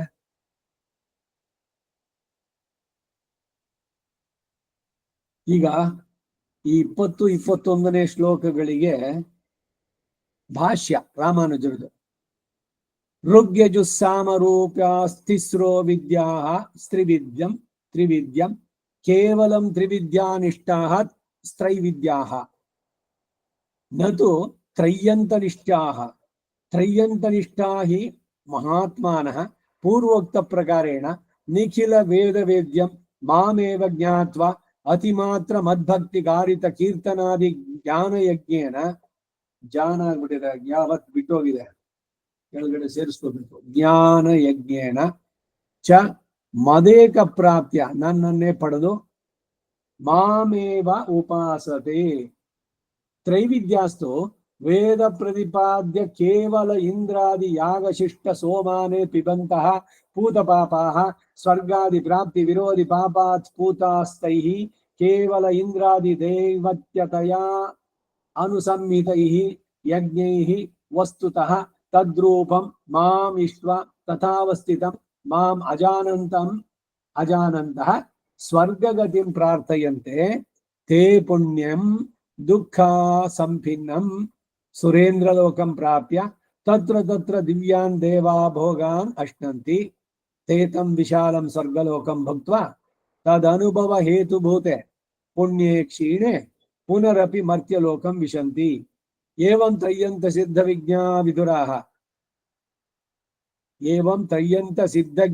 ವಿದುರಾಃ ಕಾಮ್ಯ ಸ್ವರ್ಗಾದಿ ಕಾಮಾಃ ಕೇವಲಂ ತ್ವಯಿ ಧರ್ಮಂ ಅನುಪಪನ್ನ ಗತಾಗತಂ ಲಭಂತೆ ಅಲ್ಪಸ್ಥಿರ ಸ್ವರ್ಗಾದಿ ನನುಭೂಯಃ ಪುನಃ ಪುನಃ ನಿವರ್ತಂತ ಇತ್ಯರ್ಥಃ. ಈ ಎರಡು ಶ್ಲೋಕಗಳನ್ನು ಒಟ್ಟಿಗೆ ಸೇರಿಸಿ ಭಾಷ್ಯವನ್ನು ಹೇಳಿದ್ರು. ಮೊದಲೇ ಅವತಾರಿಕೆಯಲ್ಲೂ 2 ಶ್ಲೋಕಕ್ಕೂ ಉದ್ದೇಶಿಸಿ ಹೇಳಿ, ಸೊ ಎರಡನ್ನು ಸೇರಿಸಿ ಹೇಳಿದ್ದು ಉದ್ದೇಶ. ಅದರಿಂದ ಈಗ ಭಾಷ್ಯದ ಅರ್ಥ. ಮೊದಲು ತ್ರೈವಿದ್ಯಾಹ ಎಂಬುದಕ್ಕೆ ಭಾಷೆ ಬರೀತಾರೆ. ಋಗ್ಯಜುಸ್ಸಾಮರೂಪವಾದ ತಿಸ್ರೋ ವಿದ್ಯಾಹ ಎಂಬ 3 ವಿದ್ಯೆಗಳು ತ್ರಿವಿದ್ಯಂ ಎಂದೆನಿಸಿಕೊಳ್ಳುತ್ತೆ. ಕೇವಲ ತ್ರಿವಿದ್ಯನಿಷ್ಠರು ಯಾರೋ ಅವರು ತ್ರೈವಿದ್ಯರು ಅಂತ ಅನಿಸ್ಕೊಳ್ತಾರೆ. ಈಗ ಗರುಡನಿಗೆ ತ್ರೈಮಯ ಅಂತ ಹೆಸರು, ಹಾಗಾದ್ರೆ ಅವನು ಅಥರ್ವಣ ಬಿಟ್ನ? ಇದ್ರಲ್ಲಿ ಸೇರಿದ್ದು ಅಂತ. 10 ಜನ ಆಳ್ವಾರು ಅಂತಾರೆ. ಮಧುಕವಿ ಆಳ್ವಾರು ಆಂಡಾಳು ಇಬ್ಬರನ್ನು ಬಿಟ್ಬಿಡ್ತಾರೆ. ಆಂಡಾಳು ಗೋದಾದೇವಿ ಇವರು ಭಟ್ರ ಜೊತೆಗೆ ಸೇರ್ಕೊಳ್ತಾಳೆ, ನಮ್ಮಾಳ್ವಾರ ಜೊತೆಗೆ ಅವರು ತಿರುವಡಿ ಮಧುಕವಿ ಆಳ್ವಾರ್ ಅಂತ. ಆ ರೀತಿ ಅಲ್ಲಿ ಹೇಳುತ್ತಾರೆ. ಹೀಗೇನೆ ಇಲ್ಲಿ ತ್ರೈವಿದ್ಯ ಅಂದ್ರೆ 4ನೇದು ಕಡಿಮೆ ಅಥವಾ ಬಿಟ್ಟುಬಿಡಿ ಅಂತಿಲ್ಲ.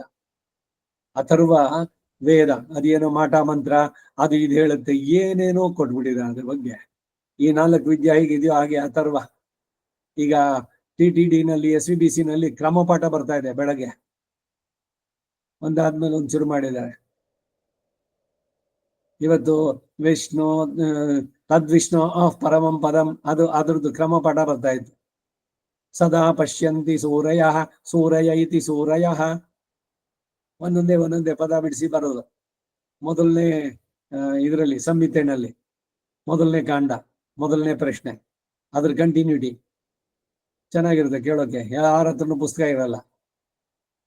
ಅಭ್ಯಾಸ ಎಷ್ಟು ಚೆನ್ನಾಗಿ ಮಾಡಿರ್ಬೇಕು ಅವರು. ವೇದದ ಬಗ್ಗೆ ಹೇಳೋಕ್ ಬರಬೇಕು. ಇವಾಗ ನಾರಾಯಣ ಉಪನಿಷತ್ತು ಅದೆಲ್ಲಿ ಇದ್ದದು? ಏತದ್ ಅಥರ್ವ ಶಿರೋ ಯೋಧೀತೆ ಪ್ರಾತರದೀಯಾನೋ ರಾತ್ರಿಗತಂ. ನಾರಾಯಣ ಉಪನಿಷತ್ತು ಈಸ್ ಫ್ರಮ್ ಅಥರ್ವ ವೇದದ ಅಂಗ, ವೇದಾಂತ ಕಡೆದು. ಅಥರ್ವ ಶಿರಸ್ಸು 4ನೇ ವೇದ ಬಿಟ್ಟಿಲ್ಲ. ಪ್ರಧಾನವಾಗಿ ಋಗ್ಯಜುಸ್ಸಾಮ ಅಂದ್ರು, ಅದರಲ್ಲಿ ಇದು ಅನ್ವಯ ಅಷ್ಟೇ. ತಿಸ್ರೋ ವಿದ್ಯಾ, 3 ವೇದಗಳಲ್ಲಿ ವಿಧಿಸಿರುವ ಯಜ್ಞಾದಿಗಳನ್ನು ಮಾತ್ರ ಅನುಷ್ಠಿಸುವರು ಎಂಬ ಅರ್ಥ. ಕೇವಲ ತ್ರೈವಿದ್ಯ ನಿಷ್ಠರು ಅಂತ ವ್ಯಾಖ್ಯಾನ ಮಾಡಿದ್ದರ ಅಭಿಪ್ರಾಯವನ್ನು ಸೂಚಿಸ್ತಾರೆ. ನತು ತ್ರಯ್ಯಂತ ನಿಷ್ಠಾ, ಅವರು ಉಪನಿಷತ್ತುಗಳಲ್ಲಿ ಹೇಳಿರುವ ಜ್ಞಾನ ನಿಷ್ಠರಲ್ಲ. ಈಗ 3 ವಿದ್ಯೆಗಳಲ್ಲಿ ಕಲಿತಿದ್ರಲ್ಲಿ ಏನಿತ್ತು? ಯಾರನ್ನ ಕುರಿತು ಉಪಾಸನೆ? ಬರೀ ಉಪಾಸನೆ ಕಡೆಗೆ ಇಂಪಾರ್ಟೆನ್ಸ್ ಕೊಟ್ರೆ ಹೊರತು ಅದು ಯಾರನ್ನ ಕುರಿತು ಹೇಳ್ತಾ ಇದೆ ಅನ್ನೋದನ್ನು ತಿಳಿಲಿಲ್ಲ. ಉಪನಿಷತ್ತುಗಳಲ್ಲಿ ಹೇಳಿರುವ ಜ್ಞಾನ ನಿಷ್ಠರಲ್ಲ. ನದು ತ್ರಯ್ಯಂತ ನಿಷ್ಠಾಹ, ತ್ರೈವಿದ್ಯವನ್ನು ಕಲ್ತಿದ್ದಾರೆ, ಬರೀ ವೇದ ಕಲ್ತಿದ್ದಾರೆ. ವೇದ ಹೊತ್ತ ಗಾರದವ, ಅದರ ಅರ್ಥದ ಬಗ್ಗೆ ಅಯ್ಯೋ ಅದೆಲ್ಲ ತಲೆ ಕೆಡಿಸ್ಕೊಳ್ಳೋದು ಬೇಡ, ಸರಿ ಹೇಳೋಣ ಅಷ್ಟೇ, ಅಷ್ಟು ಸಾಕು. ದಿವ್ಯ ಪ್ರಬಂಧವೂ ಅಷ್ಟೇ, ಗೋಷ್ಠಿ ಸೇರಿದಾಗ ಹೇಳ್ಬೇಕು. 10 ದಿವಸನೋ 5 ದಿವಸನೋ 3 ದಿವಸನೋ ಸೇವಾ ಕಾಲು ಸೇವಿ ಚುಟ್ಟೆ. ಏನ್ ಸೇವಿಸಿದ್ದು ಅಂದ್ರೆ ಕಡೆನಲ್ಲಿ ಅನ್ನ ಪ್ರಸಾದ, ಯಾರು ಹತ್ತೆ ದಿನಕ್ಕೆ ಯಾರು ಏನ್ ವೆತ್ಲೆಪಾಕ್ ಕೊಡ್ತಾರೆ, ಅವ್ರ ತೆಂಗಿನಕಾಯಿ, ಇವರು ಬೆಲ್ಲ, ಅವ್ರು ಇನ್ನೇನೋ ಒಂದು ಕೊಟ್ರು, ಅವ್ರು ಅದಕ್ಕಿಂತ ಇನ್ ಕೊಟ್ರು. ಬರೀ ಈ ಕಡೆನೇನೆ. ಇಂಥ ದೀರ್ಘಗೋಷ್ಠಿಗೆ ಹೋಗ್ಬೇಕಾ? ಬರೀ ಹೇಳೋದಷ್ಟೇನೆ. ಅದರ ಅರ್ಥಾನುಸಂಧಾನದ ಬಗ್ಗೆ ಒಂದ್ ಸ್ವಲ್ಪನಾದ್ರೂ ಗಮನ ಇಲ್ದಿದ್ರೆ ದಿವ್ಯ ಪ್ರಬಂಧನ ಕಲಿತ ಕತ್ತೆ ಗಾರ್ಧಬಹ, ಅವ್ರದ್ದೆಲ್ಲ ಲಿಮಿಟ್ಸ್ ಅಷ್ಟೇನೆ. ಅಯ್ಯೋ ಅವ್ರು ಮಾಡಿದ್ ನೋಡಿ, ಅವ್ರ ಮನೆ ಪ್ರಸಾದ ಇಷ್ಟ ಆಗೋಯ್ತು, ಅವ್ರು ಸ್ವಲ್ಪ ಕಡಿಮೆ ಕೊಟ್ರು, ಅವ್ರು ನೋಡಿ ಜಾಸ್ತಿ ಕೊಟ್ರು. ಎಲ್ಲಿಗೆ ಹೋಗ್ತಾ ಇದೆ? ಅಧ್ಯಯನ ಹೋಮ ಇದು? ಅಧ್ಯಯನ ಉತ್ಸವ? ಈ ರೀತಿ ಬರೀ ಅವುಗಳಿಗೆ ಪ್ರಾಶಸ್ತ್ಯ ಆಗ್ಬಿಟ್ರೆ ಪ್ರಧಾನವಾಗಿ ಯಾರನ್ನ ಕುರಿತು ಹೇಳ್ತಾ ಇದೆ ಅದ್ರ ಬಗ್ಗೆ ಚಿಂತನೆ ಇದೆಯೋ? ಹೇಳಬೇಕಾದ್ರೆ ಆ ಆನಂದ, ಅವನನ್ನ ಕೊಂಡಾಡುವಂತಹದ್ದು, ಇವುಗಳು ಬೇಕಾಗುವಂತಹದ್ದು. ಹಾಗಾದ್ರೆ ತ್ರಯ್ಯಂತ ನಿಷ್ಠರು ಯಾರು ಅಂದ್ರೆ ಪ್ರಪನ್ನರಾಗಿ ಮಹಾತ್ಮರಾದ ಜ್ಞಾನಿಗಳು ಅಂತ ಹೇಳ್ತಾರೆ. ತ್ರಯ್ಯಂತ ನಿಷ್ಠರಾದ್ರೂ ಮಹಾತ್ಮರುಗಳು. ಪೂರ್ವೋಕ್ತ ಪ್ರಕಾರದಿಂದ ನಿಖಿಲ ವೇದ ವೇದ್ಯಂ, ಸಕಲ ವೇದಗಳಿಂದಲೂ ತಿಳಿಯತಕ್ಕವನು, ಮಾಮೇವ ಇತಿ ಜ್ಞಾತ್ವ, ನಾನೇ ಎಂದು ತಿಳಿದವರಾಗಿ ಯಾರನ್ನ ಆರಾಧಿಸರೂ ಕೂಡ ತತ್ ಶರೀರಕನಾದ ನಾನೇ ಆರಾಧಿಸಲ್ಪಡುತ್ತೇನೆ ಎಂಬ ಒಳ್ಳೆ ಜ್ಞಾನವನ್ನು ಹೊಂದಿದವರಾಗಿ. ಹೆಚ್ಚಿಲ್ ದೇವರಂತೂ ಇಲ್ಲ ಇಲ್ಲಿ, ಪ್ರತಿಯೊಬ್ಬ ಅವನದೇ ಸ್ವರೂಪ. ಎಲ್ಲ ನಾನು ಏನ್ ಮಾಡ್ತೀನೋ ಅದೆಲ್ಲ ಅವನಿಗೆ ಸಮರ್ಪಣೆ. ಈಗ ಯಾವ್ದೋ ದೇವತೆನಾಗರ್ ಯಾಕೆ? ಈ ನಿಷ್ಠೆ ಎಲ್ಲಿ ತನಕ? ತ್ವಯಿ ರಕ್ಷತಿ ರಕ್ಷಕೈಕ್ಯಮನ್ಯೈ, ತ್ವಯಿಚಾ ರಕ್ಷತಿ ರಕ್ಷಕೈಕ್ಯಮನ್ಯೈ. ನೀನು ಪ್ರಸಾದ ಅನುಗ್ರಹಿಸಿದ್ರೆ ನನಗೆ ಬೇರೆ ಯಾರಿಂದನಾದ್ರು ಏನಾರು ಆಗ್ಬೇಕಾಗಿದ್ಯಾ? ಆ ರೀತಿ ನಾನು ಬೇರೆ ದೇವತೆಗಳ ಉಪಾಸನೆಗೆ ಹೋಗಲ್ಲ. ಇಲ್ಲ ನೀ ಕೈ ಬಿಟ್ಟೆ ಇನ್ಯಾರೋ ಏನೋ ಮಾಡ್ತಾರೆ ಅಂತ ಅವಾಗ್ಲೇನಾದ್ರು ಚಾನ್ಸ್ ನೋಡ್ಬೋದಾ? ನೀನು ಕೇಳಿದ ತಕ್ಷಣ ಕೊಡ್ಲಿಲ್ಲ ಅದಕ್ಕಾಗಿ ಅಂತ, ಆಗ್ಲೂ ನಾನು ಹೋಗಲ್ಲ. 2 ರೀತಿನಲ್ಲೂ ನಾನು ನಿನ್ನನ್ನೇ ಇರ್ತೀನಿ ಅಂತ. ಹಾಗಂತ ಅಂದ್ಬಿಟ್ಟು ಹಾಗಾದ್ರೆ ಅವರು ಎಲ್ಲ ದೇವರನ್ನು ನಿಂದಿಸ್ತಾರೇನೋ? ಖಂಡಿತ ಇಲ್ಲ. ಯಾವ ರೂಪದಲ್ಲಿ, ಈಗ ಯಜ್ಞದಲ್ಲೋ ಸಂಧ್ಯಾವಂದನೆಯಲ್ಲೋ ಹೋಮದಲ್ಲೋ ಮಾಡಿದ್ದು ಅದು.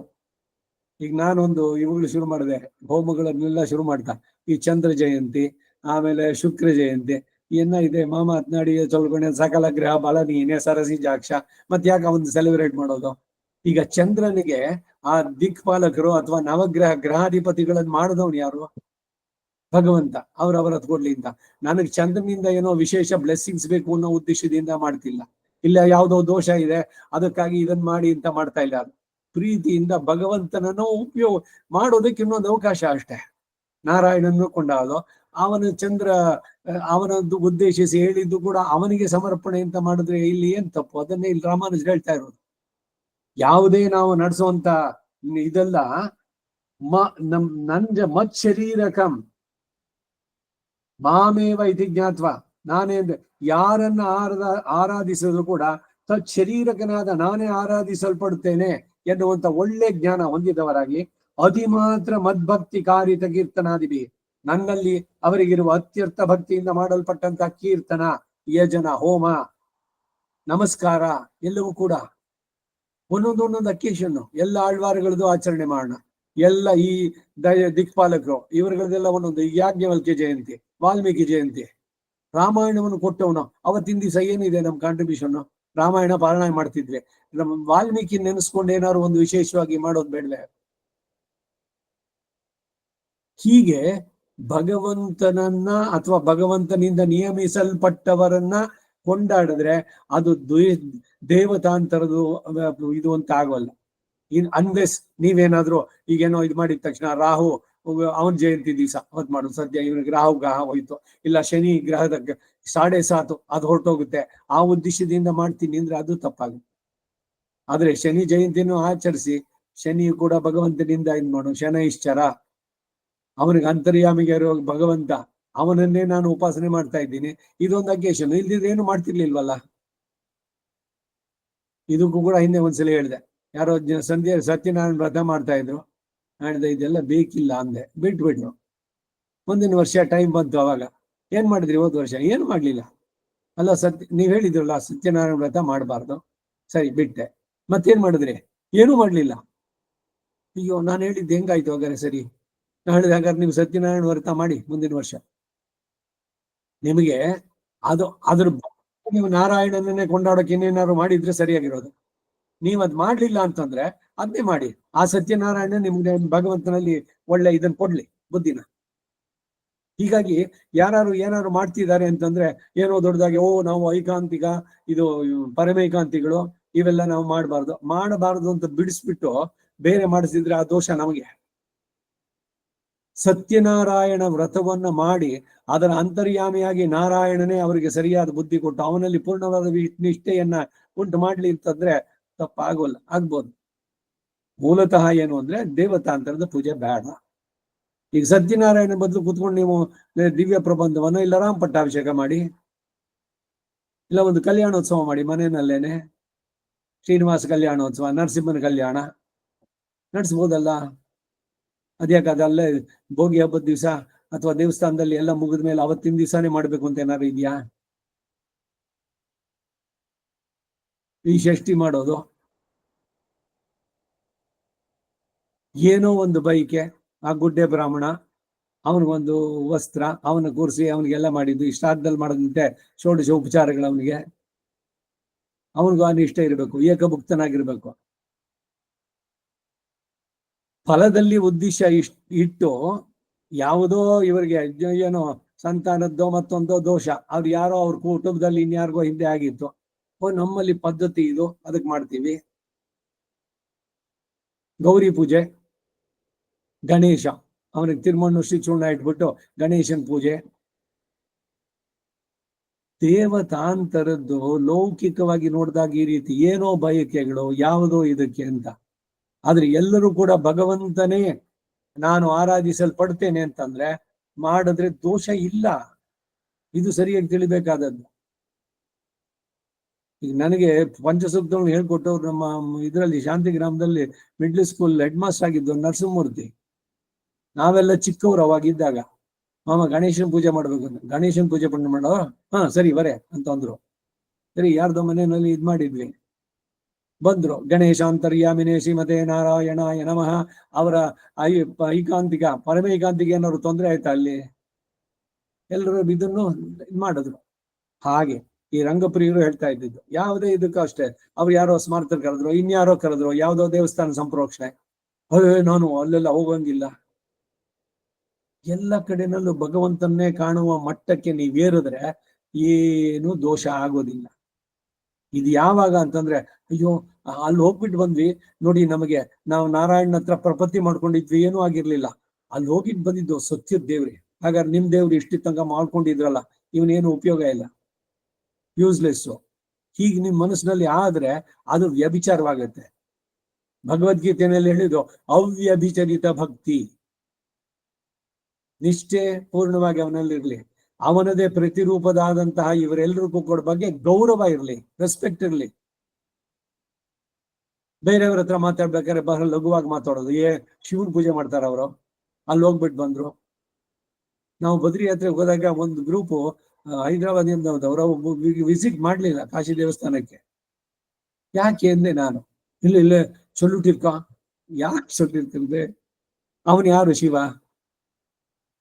ಪರಮೇಶ್ವರ ವಿಣ್ಣಹರ ಮದುವೆ ಮಾನೋ ಮಹಾಂತಮ ತಮಾನೋ ಅರ್ಧಕಂ ಮಾನೋ ಉಕ್ಷಂತ ಉತಮಾನ ಉಕ್ಷಿತಂ.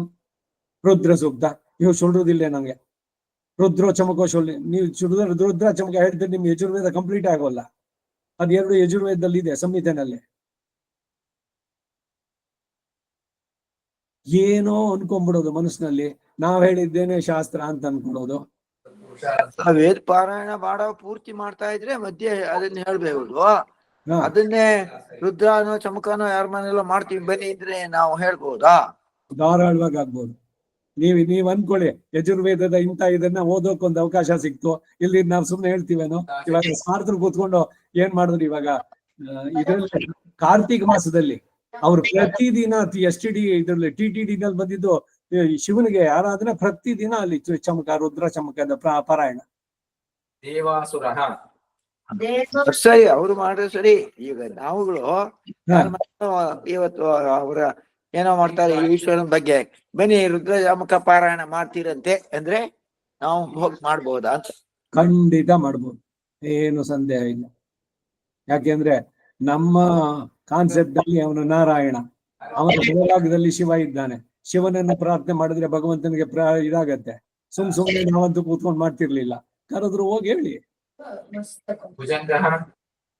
ಆಗ್ಬೋದು, ಖಂಡಿತ ಆಗ್ಬೋದು. ಆಮೇಲೆ ಏನು, ಎಲ್ಲವನ್ನು ಕೃಷ್ಣ ತವಾರ್ಪಣಂ ಅಂತ ಹೇಳಿ ಮುಗೀತು. ಸೊ ಹಾಗಾಗಿ ದೇವತಾಂತರದ ಭಜನೆ ಇವುಗಳು ಅಂತಂದ್ರೆ ಅವನೇ ಅಲ್ಟಿಮೇಟು. ಇನ್ನೇನೋ ನಿಮ್ಗೆ ಬಯಕೆ ಇದೆ, ಅವನ ಹತ್ರ ಹೋದ್ರೆ ಯಾವ್ದವ್ರಾಗೋ ಪರಿಹಾರ ಆಗುತ್ತೆ, ಇನ್ನೇನೋ ಐಶ್ವರ್ಯ ಸಿಗುತ್ತೆ, ಧನ ಧಾನ್ಯ ಪಶು ಬಹುಪುತ್ರ ಲಾಭ ದೀರ್ಘವಾದ ಯಸ್ಸು, ಇಷ್ಟೇ ತಾನೆಲ್ಲ ಲೌಕಿಕವಾದ ಬರೋದೆಲ್ಲ. ಅದು ಬಿಟ್ಬಿಟ್ಟು ಇದು ಭಗವತ್ ಪ್ರೀತ್ಯರ್ಥ ಅಂತ ಮಾಡಿ. ಮಾಮೇವ ಜ್ಞಾತ್ವ, ನಾನೇ ಅಂತ ತಿಳಿದವರಾಗಿ ಯಾರನ್ನ ಆರಾಧಿಸಿದ್ರು ಕೂಡ ತತ್ ಶರೀರಕದ ನಾನೇ ಆರಾಧಿಸಲ್ಪಡುತ್ತೇನೆ ಎಂಬ ಒಳ್ಳೆ ಜ್ಞಾನವನ್ನು ಹೊಂದಿದವರಾಗಿ ಅತಿ ಮಾತ್ರ ಮದ್ಭಕ್ತಿ ಕಾರಿತ ಕೀರ್ತನಾದಿವಿ, ನನ್ನಲ್ಲಿ ಅವರಿಗಿರುವ ಅತ್ಯರ್ಥ ಭಕ್ತಿಯಿಂದ ಮಾಡಲ್ಪಟ್ಟಂತಹ ಕೀರ್ತನ ಯತನ ನಮಸ್ಕಾರಾದಿಗಳು ಮತ್ತು ಜ್ಞಾನ ಯಜ್ಞೇನ ಚ ನನ್ನ ವಿಶ್ವತೋಮುಖತ್ವ ಜ್ಞಾನವನ್ನು ಉಳ್ಳಂತ ಯಜ್ಞಗಳಿಂದ ಕೂಡಿದ ಮದೇಕ ಪ್ರಾಪ್ಯ, ನಾನೇ ಪರಮ ಪ್ರಾಪ್ಯ ಎಂದ ಭಾವವುಳ್ಳವರಾಗಿ ಮಾಮೇವ ಉಪಾಸತೆ, ನನ್ನನ್ನೇ ಉಪಾಸನೆ ಮಾಡ್ತಾರೆ ಆಯಾಯ ರೂಪದಲ್ಲಿ. ಆದ್ರಿಂದ ನಿಷ್ಠೆ ನಾರಾಯಣನಲ್ಲೇ, ಎಂದಿಗೂ ಅವನಿಗೆ ಬೇರೆಯವರನ್ನ ಸಮನಾಗಿ ಅಥವಾ ಅಧಿಕರಾಗಿ ನಾವು ಭಾವಿಸ್ತಾ ಇಲ್ಲ. ಇದು ಬಹಳ ಮುಖ್ಯವಾಗಿ. ಶಿವ ಅವನು ಬೇಗ ಫಲಪ್ರದ, ಆಶುತೋಷ ಅಂತ ಅವನಿಗೆ ಹೆಸರು. ಈ ನಾರಾಯಣ ನಿಧಾನ ಮಾಡ್ತಾನೆ. ಈ ಭಾವದಿಂದ ಆಗ್ಬಾರ್ದು, ಅವನೇನೆ. ಇನ್ನು ಈ ಪುರಾಣದ ಲೆಕ್ಕದಲ್ಲಿ ಈಗ ಮೊನ್ನೆ ಹೋದ್ವಾರನೋ ಅದಕ್ಕಿನ್ನಿಂದ್ರಲ್ಲೋ ಈ ಮಹಾಭಾರತದಲ್ಲಿ ಬರ್ಬೇಕಾದ್ರೆ ನರನಾರಾಯಣ ಅವತಾರದಲ್ಲಿ ನಾರಾಯಣ ಮುನಿಯಾಗಿ ಇವನು ಬಂದಾಗ ಅವನು ಶಿವನನ್ನು ಪ್ರಾರ್ಥನೆ ಮಾಡಿದ್ದು ದೊಡ್ಡ ಇದೇನೇ ಇದೆ. ಅದು ಪೂರ ಎಷ್ಟು ದೊಡ್ಡದಾಗಿದೆ ಗೊತ್ತಾ? ಏನು ನಾರಾಯಣ ಅವತಾರಗಳಲ್ಲಿ ಅದು 40 ಅವತಾರಗಳನ್ನ ಹೇಳ್ಬೇಕಾದ್ರೆ ನರನಾರಾಯಣ ಅವತಾರವೂ ಕೂಡ ಅಷ್ಟೇ.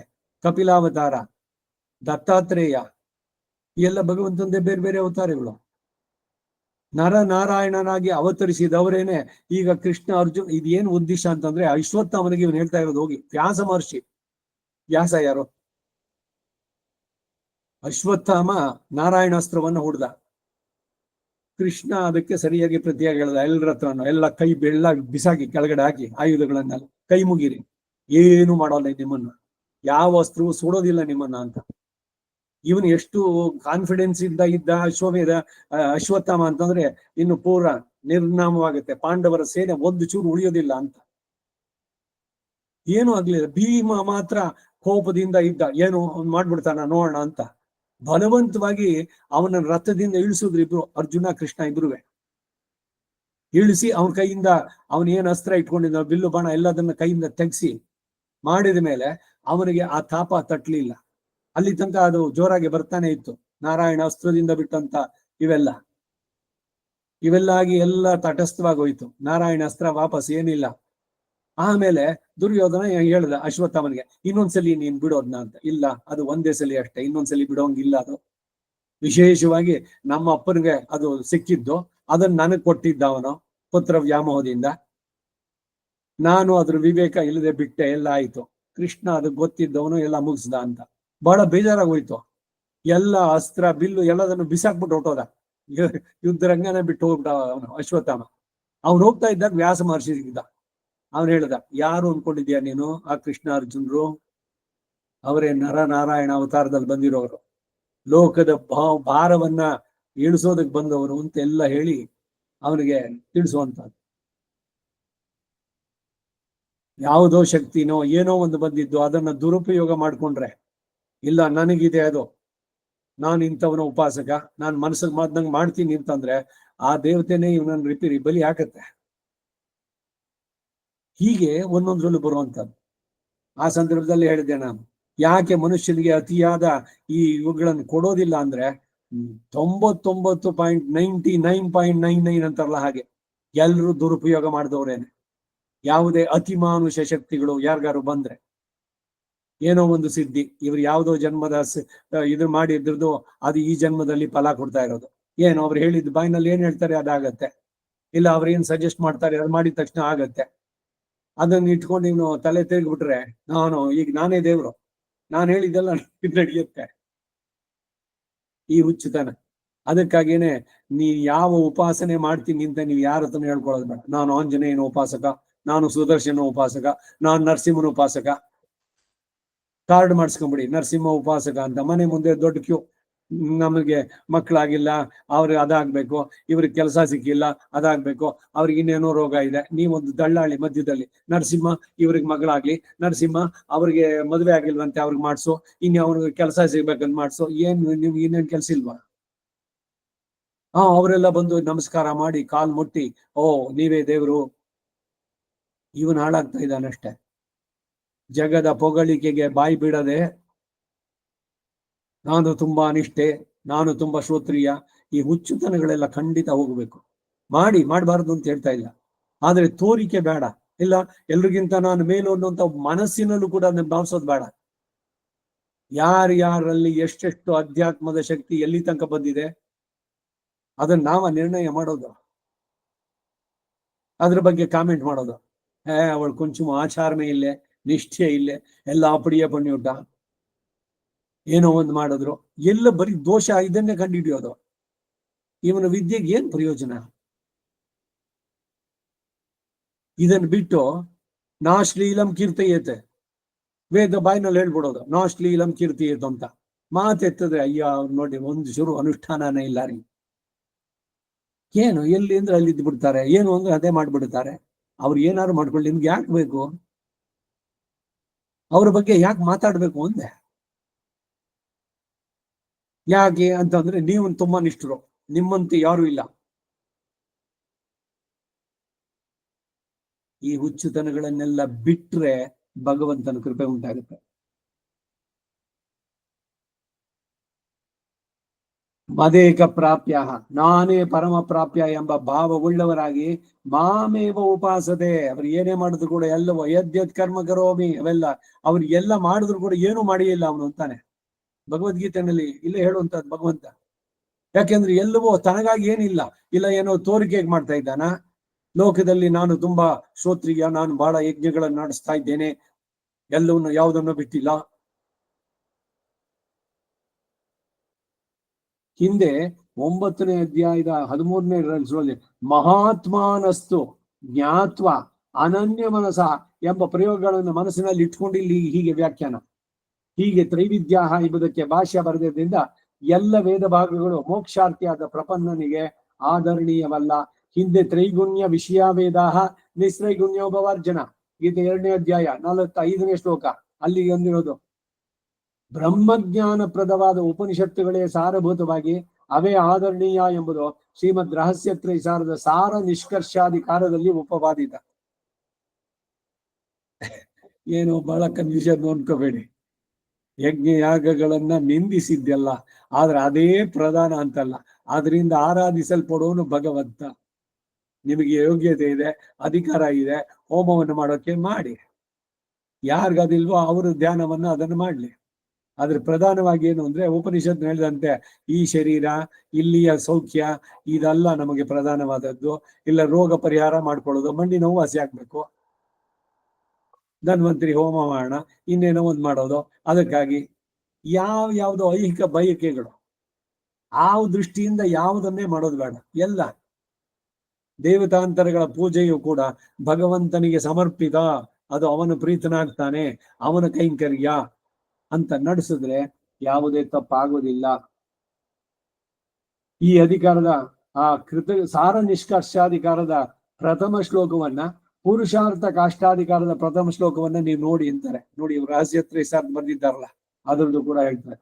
ಸಂದೇಹಗಳು ಬಂದಾಗ ಓದ್ಬೇಕು, ತಿಳಿಬೇಕು, ಕಾಲಕ್ಷೇಪದಲ್ಲಿ ಅದಕ್ಕೆ ಅಟೆಂಡ್ ಮಾಡ್ಬೇಕು ಅಂತ ಹೇಳುವಂಥದ್ದು. ಅವುಗಳಲ್ಲಿ ಅನೇಕ ಸಂದೇಹಗಳು ಪರಿಹಾರ ಆಗುವಂಥದ್ದು. ಹೇಳಿದ್ರೆ ನಂಬಿಕೆ ಇರಬೇಕು. ಅಯ್ಯೋ ಇವ ಇಪ್ಪಡಿ ಸೊನ್ನ, ಅವ ಅಪ್ಪಡಿ ಸೊನ್ನ, ಸಂಶಯ ಆತ್ಮ ವಿನಶ್ಯತಿ. ನಿಮ್ಗೆ ಯಾವ್ದು ಡಿಸಿಷನ್ನೇ ತಗೊಳಂಗಿಲ್ಲ, ಎಲ್ಲದರಲ್ಲೂ ಡೌಟು ನಿಮಗೆ. ಇವ್ರು ಹೇಳಿದ್ ಸರಿನಾ, ಅವ್ರು ಹೇಳಿದ್ ಸರಿನಾ, ಇಲ್ಲ ನಾ ಪುಸ್ತಕದಲ್ಲಿ ಹಿಂಗ್ ಓದಿದ್ದೆ, ಇಲ್ಲ ಯಾರು ಲೋಕದಲ್ಲಿ ಯಾರು ಇವಾಗ ಆಚರಣೆ ಮಾಡ್ತಿಲ್ಲ, ಲೋಕದಲ್ಲಿ ಆಚರಣೆ ಮಾಡ್ತಿದ್ದಾರೋ ಇಲ್ಲ ಮೆಜಾರಿಟಿ, ಇವೆಲ್ಲ ಇಲ್ಲಿ ಕನ್ಸಿಡರ್ ಆಗತ್ತಾ? ಇನ್ನು ಪ್ರಜಾಪ್ರಭುತ್ವ, ಡೆಮಾಕ್ರಸಿ, ವೋಟ್ ಯಾರಿಗೆ ಮ್ಯಾಕ್ಸಿಮಮ್ ಬಿತ್ತು ಅದು ಹೇಗ್ ಸಿಕ್ತು ಅವ್ರಿಗೆ ಏನಿತ್ತ ಯೋಗ್ಯತೆ, ಇದೆಲ್ಲ ಬರೀ ಸುಮ್ಮನೆ ಬರೀ ಮೆಜಾರಿಟಿಯಿಂದ. ಈಗೆಲ್ಲ ಒಟ್ಟಿಗೆ ಸೇರ ಕುತ್ಕೊಂಡು ಈಗ ರಾತ್ರಿ 12 ಗಂಟೆ ಅಂತ ಅಂದ್ಬಿಟ್ಟು ಸೈನ್ ಮಾಡ್ಬಿಡಿ, ರಾತ್ರಿ 12 ಗಂಟೆ ಆಗ್ಬಿಡುತ್ತಾ? Is it only by majority? ಹೀಗೆ ಎಲ್ಲ ವಿಷಯಗಳನ್ನ ನೋಡ್ಬೇಕಾಗುತ್ತೆ. ಯಾರು ಒಬ್ಬರನ್ನ ಆರಿಸ್ಕೊಳ್ಳಿ, ಅವ್ರು ಹೇಳಿದ್ರಲ್ಲಿ ನಂಬಿಕೆ ಇರಲಿ, ವಿಶ್ವಾಸ ಇರಲಿ, ನಂಬಿಕೆ ಇಟ್ಟು ಶ್ರದ್ಧೆಯಿಂದ ನೀವು ಆಚರಿಸಿ. ಒಂದು ವೇಳೆ ನಿಮ್ಗೆ ಹೇಳ್ಕೊಟ್ಟವ್ರು ತಪ್ಪು ಹೇಳಿದ್ರು ಕೂಡ ಆ ದೋಷ ನಿಮಗೆ ಬರೋದಿಲ್ಲ, ಯಾಕೆಂದ್ರೆ ನಿಮ್ಗೆ ಅವರಲ್ಲಿ ಶ್ರದ್ಧೆ ಇತ್ತು. ಅದೇನೆ ಚೆನ್ನಾಗಿರೋದನ್ನ ಹೇಳಿದ್ರು ಕೂಡ ನಿಮ್ಗೆ ಸಂದೇಹನೇ ಆದ್ರೆ ಉದ್ಧಾರ ಆಗೋಲ್ಲ, ಯಾರನ್ನೂ ನೀವು ನಂಬಲ್ಲ. ಸ್ವಂತ ಬುದ್ಧಿ ಇಲ್ಲ, ಬೇರೆಯವ್ರು ಹೇಳಿದ್ರೆ ಕೇಳುವಲ್ಲ. ಇದು ಆಚಾರ್ಯನಿಷ್ಠೇನೋ ಸ್ವನಿಷ್ಠೇನೋ ಎರಡೂ ಅಲ್ಲ, ಕೊನಿಷ್ಠೆ ಇದು. ಈ ರೀತಿಯಾಗಿ ಹಾಳಾಗ್ತಾರೆ ಜನ. ಅವ್ರು ಹಂಗಂದ್ರು, ಆಮೇಲೆ ಇನ್ನೊಬ್ಬರ ಹತ್ರ ಹೋಗಿ ಇವ್ರೇನ್ ಹೇಳ್ತಾರೆ, ಇವ್ರು ಹಿಂಗಂದ್ರು. ಈಗ ಯಾರೋ ಒಬ್ಬರನ್ನ ಫಸ್ಟ್ ಹೋಗಿ ಅಪ್ರೋಚ್ ಮಾಡೋದಿಲ್ಲ, ಅವ್ರು ಹೇಳಿದ ಬಗ್ಗೆ ನಂಬಿಕೆ ಇಲ್ದಿದ್ರೆ ಅವ್ರ ಹತ್ರ ಯಾಕೆ ಹೋದ್ರಿ ನೀವು? When you don't trust him, ಅವ್ರು ಹೇಳಿದ ಮಾತಲ್ಲಿ ನಿಮ್ಗೆ ನಂಬಿಕೆ ಇಲ್ದಿದ್ಮೇಲೆ ಫಸ್ಟ್ ಮೊದಲನೇ ತಪ್ಪೇ ಅದು. ಸುಮ್ನೆ ಹೋಗಿ ಅವ್ರನ್ನ ಕೇಳೋದು, ಆಮೇಲೆ ಇವ್ರನ್ನ ಕೇಳೋದು, ಮಾಮ ಇವ ಇಪ್ಪಡಿ ಸೊನ್ನ, ಅವ ಅಪ್ಪಡಿ ಸೊನ್ನ, ಎತ್ಪಣ್ಣು, ನಿಮ್ಗೆ ಹೆಂಗ್ ಬೇಕೋ ಹಂಗ್ ಮಾಡಿ. ನಿಷ್ಠೆ ಬಹಳ ಬಹಳ ಮುಖ್ಯವಾದದ್ದು. ನಂಬಿಕೆ ಅನ್ನೋದು ಇದೇನೆ ಬರೋದು. ವೈದ್ಯನಲ್ಲಿ, ಜ್ಯೋತಿಷ್ಯದಲ್ಲಿ, ಭಗವಂತನಲ್ಲಿ ನಂಬಿಕೆ ಇಲ್ದಿದ್ರೆ ಹೋಯ್ತು, ಯಾವುದು ಸಫಲವಾಗೋದು. ಮತ್ತು ಒಂದ್ಸಲ ಹೇಳಿದ್ರಲ್ಲಿ ಆ ನಂಬಿಕೆ ಶ್ರದ್ಧೆ ಇಲ್ದಿದ್ರೆ ಅವ್ರನ್ನ ಕೇಳಲೇಬಾರ್ದಾಗಿತ್ತು ನೀವು ಅಲ್ಲಿ ಪ್ರಥಮತಃ.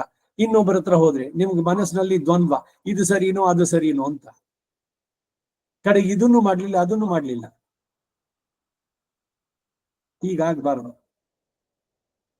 ಹಾಗಾದ್ರೆ ಲೋಕದಲ್ಲಿ ಡೋಂಗಿ ಇವರುಗಳು ಇಲ್ವಾ? ಅಯ್ಯೋ ಏನೇನೋ ಜ್ಯೋತಿಷ್ಯ ವಾರ ಭವಿಷ್ಯ ಹೇಳುತ್ತೆ, ಇದ್ರಲ್ಲಿ ಟಿವಿನಲ್ಲಿ ಹೇಳಿದ್ರು, ಅವ್ರು ನೋಡಿ ಎಲ್ಲ ಓ ಹಿಂದಿನ ಇದ್ರಲ್ಲಿ ಹೆಂಗಿದ್ರು, ಈ ಸಲ ಕೈನ 10 ಬೆರಳಿಗೂ 10 ಉಂಗುರಗಳಿದೆ, ಕೈಗೆ ಕಡಗ ಬಂದಿದೆ, ಕಾಲಿಗೆ ಹಾಕೊಂಡಿದ್ದಾರೆ, ಕೇಳೋರು ಇದ್ದಾರೆ.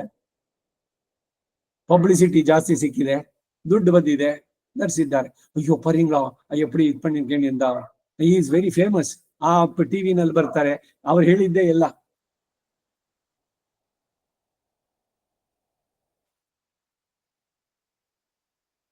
ಬರೀ ಜನಗಳದೋ ಇಲ್ಲ ಪಬ್ಲಿಸಿಟಿನೋ ಅಲ್ಲ, ಸರಿಯಾದ ಗುರುಗಳನ್ನ ಆಚರಿಸ್ಕೋಬೇಕು. ಇಲ್ದಿದ್ರೆ ಯಾರಿಂದ ಏನಾಗುತ್ತೋ ಅದರದ್ದೇ ಆಗತ್ತೆ ಸ್ವಾಧೀನ. ಆದ್ರೆ ಒಟ್ನಲ್ಲಿ ನೀವು ಯಾರನ್ನ ಆರಿಸ್ಕೊಳ್ತೀರೋ ಅವರಲ್ಲಿ ಪೂರ್ಣವಾದ ನಂಬಿಕೆ ಶ್ರದ್ಧೆ ಇರಲಿ. ಅವ್ರು ಹೇಳಿದ್ರಲ್ಲಿ ನಂಬಿಕೆ ಇಲ್ದಿದ್ರೆ ಅವ್ರ ಹತ್ರ ಹೋಗಬೇಡಿ, ಡೋಂಟ್ ಗೋ ಟು ದೆಮ್.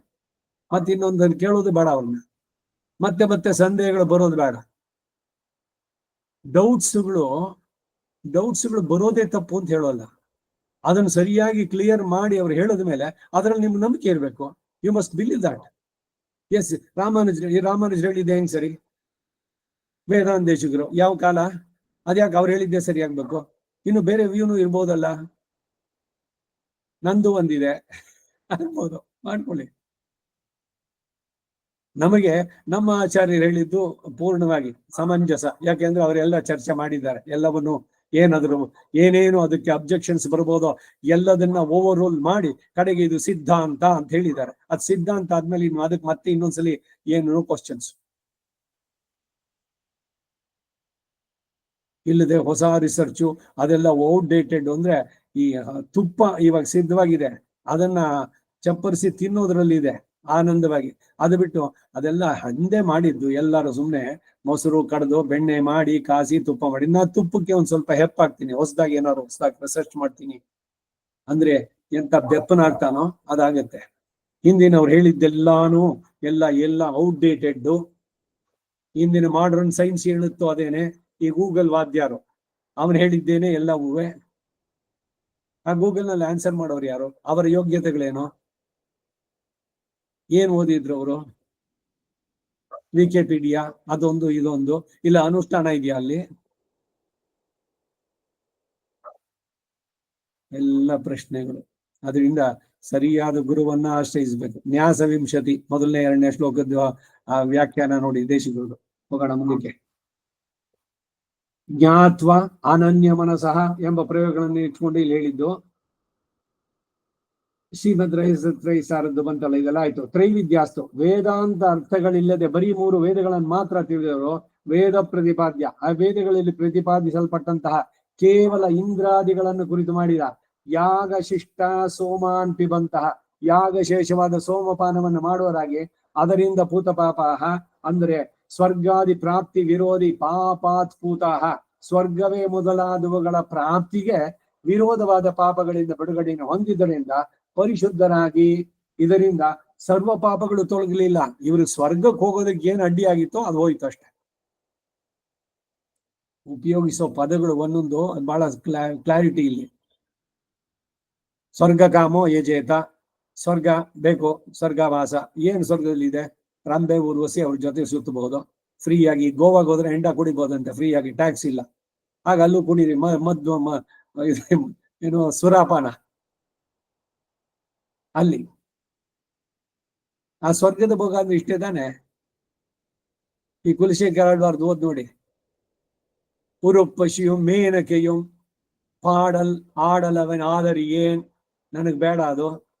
ನಚಿಕಿತ ಹೇಳ್ದ, ನಿನ್ ಇಂದ್ರ ಪದವಿ, ನಿನ್ ಸ್ವರ್ಗದ ವಾಸ, ನಿನ್ನ ಅಪ್ಸರೀರ್ ಅವರೆಲ್ಲ ನೀನೇ ಇಟ್ಕೋ, ನಾ ಕೇಳಿದ ಪ್ರಶ್ನೆಗೆ ಉತ್ತರ ಹೇಳು ಅಂದ ಅವನು. ಯಾಕೆಂದ್ರೆ ಅದು ಯಾವುದು ಶಾಶ್ವತ ಅಲ್ಲ, ಪರ್ಮನೆಂಟ್ ಅಲ್ಲ ಅಂತ ನೀನೇ ಹೇಳಿದೆ. ಮತ್ ಹಾಗಿದ್ರೆ ಯಾವುದು ಅಶಾಶ್ವತವೋ ಆ ಭೋಗಗಳು ಇದೆಲ್ಲ ನನಗೆ ಬೇಡ. ಎಲ್ಲ ಈ ಇಂದ್ರಿಯ ಸುಖಗಳಾಗ್ಲಿ ಇವೆಲ್ಲ ಐಹಿಕವಾದ ಭೋಗಗಳು ಇದಕ್ಕೆ ಸೇರ್ತದೋ. ಯಾವುದಕ್ಕೆ ಅಲ್ಪವೋ ಅಸ್ಥಿರವೋ ಅಶಾಶ್ವತವೋ ಬೇಡ ನನಗದು. ಕೇವಲ ಇಂದ್ರಾದಿ ದೇವತೆಯ ಕೇವಲ ಇಂದ್ರಾದಿ ದೇವತಾರಾಧನಾ ಎಂದು ಈ ಯಜ್ಞಾದಿಗಳನ್ನ ಮೋಕ್ಷಾರ್ಥಿಯು ಅಂಗವಾಗಿ ಅನುಷ್ಠಿಸುವನು. ಅದನ್ನ ವ್ಯಾವರ್ತಿಸಿ ಹೇಳುವುದಕ್ಕಾಗಿ ಇಲ್ಲಿ ಕೇವಲ ಶಬ್ದ. ಇದಕ್ಕಾಗಿ ಇದು ನತು ತ್ರಯ್ಯಂತ ವಿನಿಷ್ಠಾಹ ಎಂಬ ಪ್ರಯೋಗ. ಅನುಸಂಹಿತೈ ಮಾಡಿದಂತ ತೈಯಜ್ಞಿ ಆ ಯಜ್ಞಗಳಿಂದ ವಸ್ತುತಃ ನಿಶ್ಚಯವಾಗಿಯೂ ತದ್ರೂಪಂ ತತ್ ಶರೀರಕನಾದ ಇಷ್ಟೆಲ್ಲ ಮೂಲದಲ್ಲಿರುವ ಮಾಂ ಇಷ್ಟ್ವಾ ಎಂಬ ಪ್ರಯೋಗದಿಂದ ತೋರಿ ಬರುವ ಅರ್ಥ ಎಂದು ವಿವರಿಸ್ತಾ ಇದ್ದಾರೆ. ಆ ಇಂದ್ರಾದಿಗಳನ್ನೇ ಶರೀರವಾಗಿ ಉಳ್ಳಂತಹ ನನ್ನನ್ನು ಆರಾಧಿಸಿ ತಥಾ ಅವಸ್ಥಿತ ಮಾಂ ಅಜಾನಂತಹ ತತ್ ಶರೀರಕನಾಗಿ ನಾನೇ ಆರಾಧಿಸಲ್ಪಡುತ್ತೇನೆ ಅನ್ನೋದನ್ನ ತಿಳಿಯದವರಾಗಿ ಸ್ವರ್ಗತಿ ಪ್ರಾರ್ಥೆಯಂತೆ, ಅಂತವರಿಗೆ ಸ್ವರ್ಗವಾಸ. ಇಲ್ದಿದ್ರೆ ಅದು ಮೋಕ್ಷಕ್ಕೂ ಆಗತ್ತೆ ನಡೆಸುವಂತ ಯಾವುದೇ ಯಜ್ಞ. ಯಾವಾಗ? ಸಂಬಂಧ ತ್ಯಾಗ, ಕರ್ತೃತ್ವ ತ್ಯಾಗ, ಫಲತ್ಯಾಗ ಮಾಡ್ಬೇಕು. ಮತ್ತೆ ಫಲತ್ಯಾಗ ಮಾಡಿದ್ರೆ ಸ್ವರ್ಗದ ಬಯಕೆ ಯಾಕಾಗ? ಅವಾಗ ಹೋಗಬೇಕು ಸ್ವರ್ಗಕ್ಕೆ ಅನ್ನೋ ಬಯಕೆ ಇದ್ದು ಸಂಬಂಧ ತ್ಯಾಗ, ಫಲತ್ಯಾಗ, ಸಾತ್ವಿಕ ತ್ಯಾಗ ಮಾಡಿದ್ರೆ ಸ್ವರ್ಗಕ್ಕೆ ಏನು ಅಡ್ಡಿಯಾಗಿತ್ತೋ ಅದೆಲ್ಲ ಹೋಗುತ್ತೆ. ಹೋಗಿ ಸ್ವರ್ಗಕ್ಕೆ. ನೀವು ಮಾಡಿದ್ದು ಹೋಮದ್ದು ಪುಣ್ಯದ ಎಷ್ಟಿದೆಯೋ ಅಷ್ಟು ದಿವಸ ಅಲ್ಲಿರಿ. ಆಮೇಲೆ you will be kicked out of ಸ್ವರ್ಗ. ನಾ ಯಾವಾಗ್ಲೂ ಹೇಳ್ತೀನಿ, ಒದ್ದು ಕಳಿಸ್ತಾರೆ ಅಂತ. ಒಂದು ಕ್ಷಣ ಅಲ್ಲಿ ಮತ್ತೆ ಬಿಡೋದಿಲ್ಲ. ಆಯ್ತು ನೀನು ಪುಣ್ಯ ಮುಗೀತು ಹೋಗು ಅಂತ ಕಳ್ತಾರೆ ಕೆಳಕ್ಕೆ. ನನ್ನನ್ನೇ ತತ್ ಶರೀರಕ್ಕಾಗಿ ನಾನೇ ಆರಾಧಿಸಲ್ಪಡ್ತಾನೆ ಅನ್ನೋದನ್ನ ತಿಳಿಯದೆ ಸ್ವರ್ಗತಿ ಪ್ರಾರ್ಥೆಯಂತೆ ಸ್ವರ್ಗ ಪ್ರಾಪ್ತಿ ಅಪೇಕ್ಷಿಸ್ತಾರೆ. ಯಾರನ್ನ ಪ್ರಾರ್ಥಿಸ್ತಾರೆ ಅಂದ್ರೆ ಆ ದೇವತೆಗಳನ್ನೇ ಪ್ರಾರ್ಥಿಸ್ತಾರೆ. ಉತ್ತರಾರ್ಧಕ್ಕೆ ಭಾಷೆಯನ್ನು ಬರೀತಾರೆ. ಹಾಗೆ ಯಜ್ಞಗಳ ಕರ್ಮನಿಷ್ಠೆಯುಳ್ಳವರು ಪುಣ್ಯಂ ಎಂದರೆ ದುಃಖ ಅಸಂಭಿನ್ನಂ. ಇಲ್ಲಿನ ಹಾಗಲೇ ಇದೆ, ದುಃಖ ಮಿಶ್ರವಲ್ಲದ, ಅದರಿಂದ ಪುಣ್ಯಂ ಎಂದು ಹೇಳಲ್ಪಟ್ಟಿತು. ಇಲ್ಲಿನ ಸುಖಾನುಭವಗಳಾದ್ರೂ ಯಾವಾಗಲೂ ದುಃಖ ಸಂಬಂಧ ಉಳ್ಳವುಗಳ ಎನ್ನುವ ಭಾವ. ಇಂತಹ ಸುರೇಂದ್ರ ಲೋಕ, ಇಂದ್ರನ ಲೋಕವನ್ನ ಪ್ರಾಪ್ಯ ಹೊಂದಿ ತತ್ರ ಸ್ವರ್ಗಲೋಕವು ವಿಶಾಲವಾದದ್ದು ಅಂತ ಹೇಳಿರೋದ್ರಿಂದ ಅಲ್ಲಲ್ಲಿರುವ ಸ್ವರ್ಗದ ವಿಚಿತ್ರ ಪ್ರದೇಶಗಳಲ್ಲಿ ದಿವ್ಯಾನ ದೇವಭೋಗ ಇಲ್ಲಿನ ಭೋಗಗಳಿಗಿಂತ ವಿಲಕ್ಷಣವಾಗಿ ದೇವತೆಗಳಿಗೆ ಮಾತ್ರವೇ ಸಾಧ್ಯವಾದ, ಆದ್ದರಿಂದ ವಿಚಿತ್ರಗಳಾಗಿ ಮನೋಹರಗಳಾದ ಭೋಗಗಳನ್ನ ಅಶ್ನಂತೆ ಅನುಭವಿಸ್ತಾರೆ. ಗ್ರೀನ್ ಕಾರ್ಡ್ ಆಯ್ತು, ಅಮೆರಿಕಾಗ ಹೋಗಾಯ್ತು, ಅಲ್ಲಿ ಇರಬೇಕು ಅಷ್ಟು ವರ್ಷ. ಆಮೇಲೆ ಏನು? ಸಿಟಿಸನ್ಶಿಪ್ ಇಂಡಿಯನ್ ಸರೆಂಡರ್ ಮಾಡಿ you are an American citizen. ಅವಾಗೇನು ಅಂದ್ರೆ ಇವಾಗ ಇಲ್ಲಿಂದ ನೀವ್ ಹೇಗೆ ಅಮೆರಿಕಾಗ ಹೋದ್ರೆ 6 ತಿಂಗಳು ಇದು ಬರ್ಬೋದು, ಆಗ ಅಲ್ಲಿಂದ ಬನ್ನಿ ಒಂದು 6 ತಿಂಗಳು 3 ತಿಂಗಳು ಇಲ್ಲಿರಿ ಮತ್ತೆ ಹೋಗಿ. ನಿಮಗೇನು ನಾನು ಮೋಕ್ಷ ಸಾಮ್ರಾಜ್ಯದಲ್ಲಿದ್ದೇನೆ, ಇಂಡಿಯಾದಲ್ಲಿ ಬರೀ ಎಲ್ಲಾ ಭ್ರಷ್ಟಾಚಾರ ಅನಾಚಾರಗಳು, ಎಲ್ಲ ರಸ್ತೆಗಳೆಲ್ಲ ಗಲೀಜು, ಏನು ಕ್ಲೀನ್ಲಿನೆಸ್ ಇಲ್ಲ, ರಸ್ತೆಗಳು ನೋಡಿದ್ರೆ ಹಾಗೆ ಜನಗಳು ದೊಂಬಿ, ಯಾರು ನೀತಿ ನ್ಯಾಯ ಇಟ್ಕೊಂಡಿಲ್ಲ, ಎಲ್ಲ ಇಟ್ಕೊಂಡವ್ರವರೇ ಅಮೆರಿಕಾದವರು. ಆ ರೀತಿನಲ್ಲೆಲ್ಲ ಹೇಳೋದು. ಏನ್ ಕಂಫರ್ಟ್ಸ್ ಅಲ್ಲಿ ರಸ್ತೆಗಳು ಎಷ್ಟು ಕ್ಲೀನ್ ಆಗಿದೆ, ಹೋಗಿ ಮಲ್ಕೊಳ್ಳಿ ರಸ್ತೆನಲ್ಲಿ.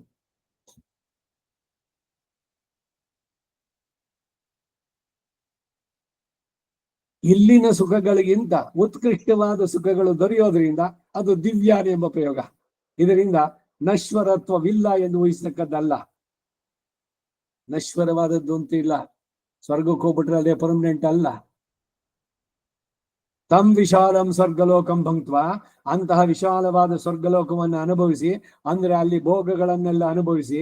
ಇಲ್ಲಿ ವಿಶಾಲ ಎಂದು ಹೇಳಿರೋದ್ರಿಂದ ಈ ಮರ್ತ್ಯಲೋಕಕ್ಕಿಂತಲೂ ತುಂಬಾ ವಿಸ್ತಾರವಾಗಿ ವಿವಿಧ ಅನೇಕ ಭೋಗ ಸ್ಥಾನಗಳಿದ್ದು ಸ್ವರ್ಗಲೋಕ ಎಂದಾಗ್ಲಿ ಭಾವಿಸಬಹುದು, ಅಥವಾ ಇಲ್ಲಿನ ಸುಖಗಳಿಗಿಂತಲೂ ವಿಫುಲವಾದ ಸುಖಗಳು ದೊರೆಯುವುದರಿಂದ ವಿಶಾಲ ಅಂತ ಹೇಳಿದ್ದು.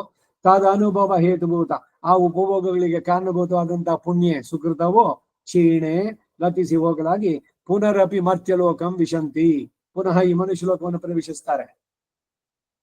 ಅಭಿಪ್ರಾಯ ಏನು ಅಂದ್ರೆ ಆ ಸ್ವರ್ಗಲೋಕ ಭೋಗಗಳು ಪರಿಮಿತಿ ಕಾಲವುಳ್ಳದ್ದು. ಆ ಅನುಭವ ಮುಗಿದ ನಂತರ ಇನ್ನು ಬೇರೆ ಕರ್ಮದ ಶೇಷ ಇದೆಯಲ್ಲ, ಇವ್ರ ಕರ್ಮ ಪೂರ ತಿಳಿದೋಯ್ತಾನೋ. ಈಗ ಪುಣ್ಯದ ಕೆಲಸ ಮಾಡೋದು ಸ್ವರ್ಗಲೋಕಕ್ಕೆ ಹೋದ್ರು, ಆದ್ರೆ ಹಿಂದಿನ ಸಂಚಿತ ಕಾಮ ಬಿಟ್ಟೋಗಿಲ್ವಲ್ಲ ಅವ್ರನ್ನ. ಆ ಕರ್ಮದ ಸೂಕ್ಷ್ಮ ಅಂಟು ಕೂಡ ಇರಬಾರ್ದು, ಅವಾಗ ತಾನೇ ಮೋಕ್ಷ. ಅದಕ್ಕೇನು ಅಂದ್ರೆ ಬೇರೆ ಕರ್ಮ ಇರೋದ್ರಿಂದ ಮತ್ತೆ ವಾಪಸ್ ಬನ್ನಿ. ಸ್ವರ್ಗಲೋಕದಲ್ಲಿ ಇಂದ್ರ ಪದವಿನೇ ಪಡೆದಿದ್ರೆ ಮುಂದಿನ ಜನ್ಮ ಒಂದು ಕ್ರಿಮಿ ಆಗ್ಬೋದು. ಬ್ರಹ್ಮ ಪದವಿನಲ್ಲಿ ಇದ್ದವನು ಅಷ್ಟೇ. ಅದಕ್ಕೆ ಇದೆಲ್ಲ ಬೇಡ.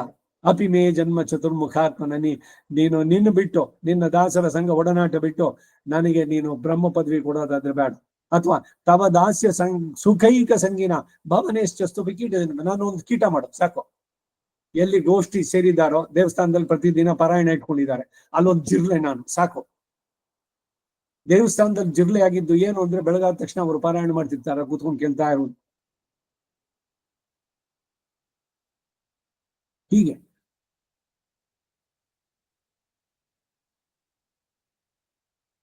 ಆ ಭೋಗಗಳೆಲ್ಲ ಅನುಭವಿಸಿ ಅದು ಮುಗಿದ ಮೇಲೆ ಕ್ಷೀಣೆ ಗತಿಸಿ ಹೋಗಲಾಗಿ ಪುನರಪಿ ಮರ್ತ್ಯಲೋಕಂ ವಿಶಂತಿ, ಪುನಃ ಮನುಷ್ಯ ಲೋಕ ಪಡೀತಾರೆ. ಅಭಿಪ್ರಾಯ ಏನು ಅಂದ್ರೆ ಈ ಸ್ವರ್ಗ ಲೋಕ ಭೋಗಗಳೆಲ್ಲ ಪರಿಮಿತಿ ಕಾಲವುಳ್ಳದ್ದು. ಆ ಅನುಭವ ಮುಗಿದ ನಂತರ ಇನ್ನು ಬೇರೆ ಕರ್ಮಶೇಷ ಇರೋದ್ರಿಂದ ಅದರ ಭೋಗಕ್ಕಾಗಿ ಈ ಭೂಲೋಕದಲ್ಲಿ ಪುನಃ ಜನ್ಮ ಹೊಂದುತ್ತಾರೆ ಅನ್ನೋದು ಭಾವ. ಪರಬ್ರಹ್ಮ ಪ್ರಾಪ್ತಿಯನ್ನ ತತ್ಸಾಧನವನ್ನ ಬೋಧಿಸುವ ತ್ರಯ್ಯಂತ ವಿದ್ಯಾ ನಿಷ್ಠರಾದರೂ ಸಾಧನ ಅನುಷ್ಠಾನದಿಂದ ಕರ್ಮಶೇಷ ಇಲ್ಲದ ಹಾಗೆ ಸರ್ವ ಪಾಪಗಳನ್ನು ಕಳೆದುಕೊಳ್ತಾರೆ. ಯಾವಾಗ? ಈ ಸಾತ್ವಿಕ ತ್ಯಾಗ ಮಾಡಿದಾಗ.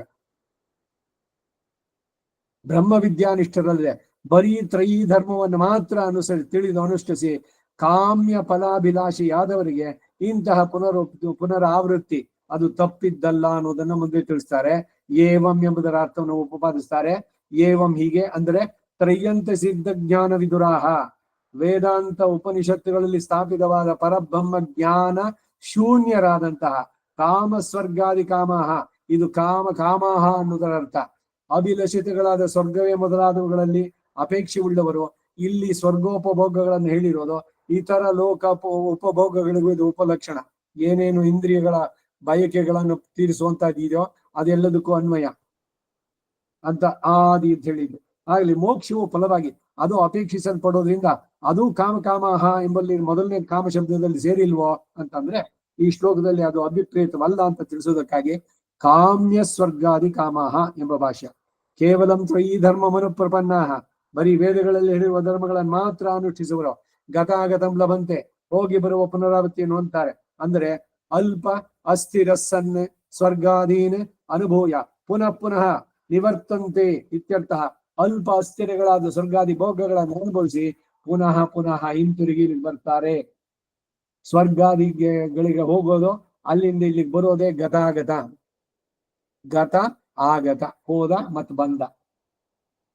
ಗಟಿ ಯಂತ್ರದ ಹಾಗೆ ಅಂದ್ರೆ ಕಪಿಲೆಯ ಬಾಣಿ ಹಾಗೆ ಮೇಲಕ್ಕೆ ಹತ್ತೋದು, ಕೆಳಕ್ಕೆ ಇಳಿಯೋದು ಗಟಿ ಯಂತ್ರ ಅಂದ್ರೆ.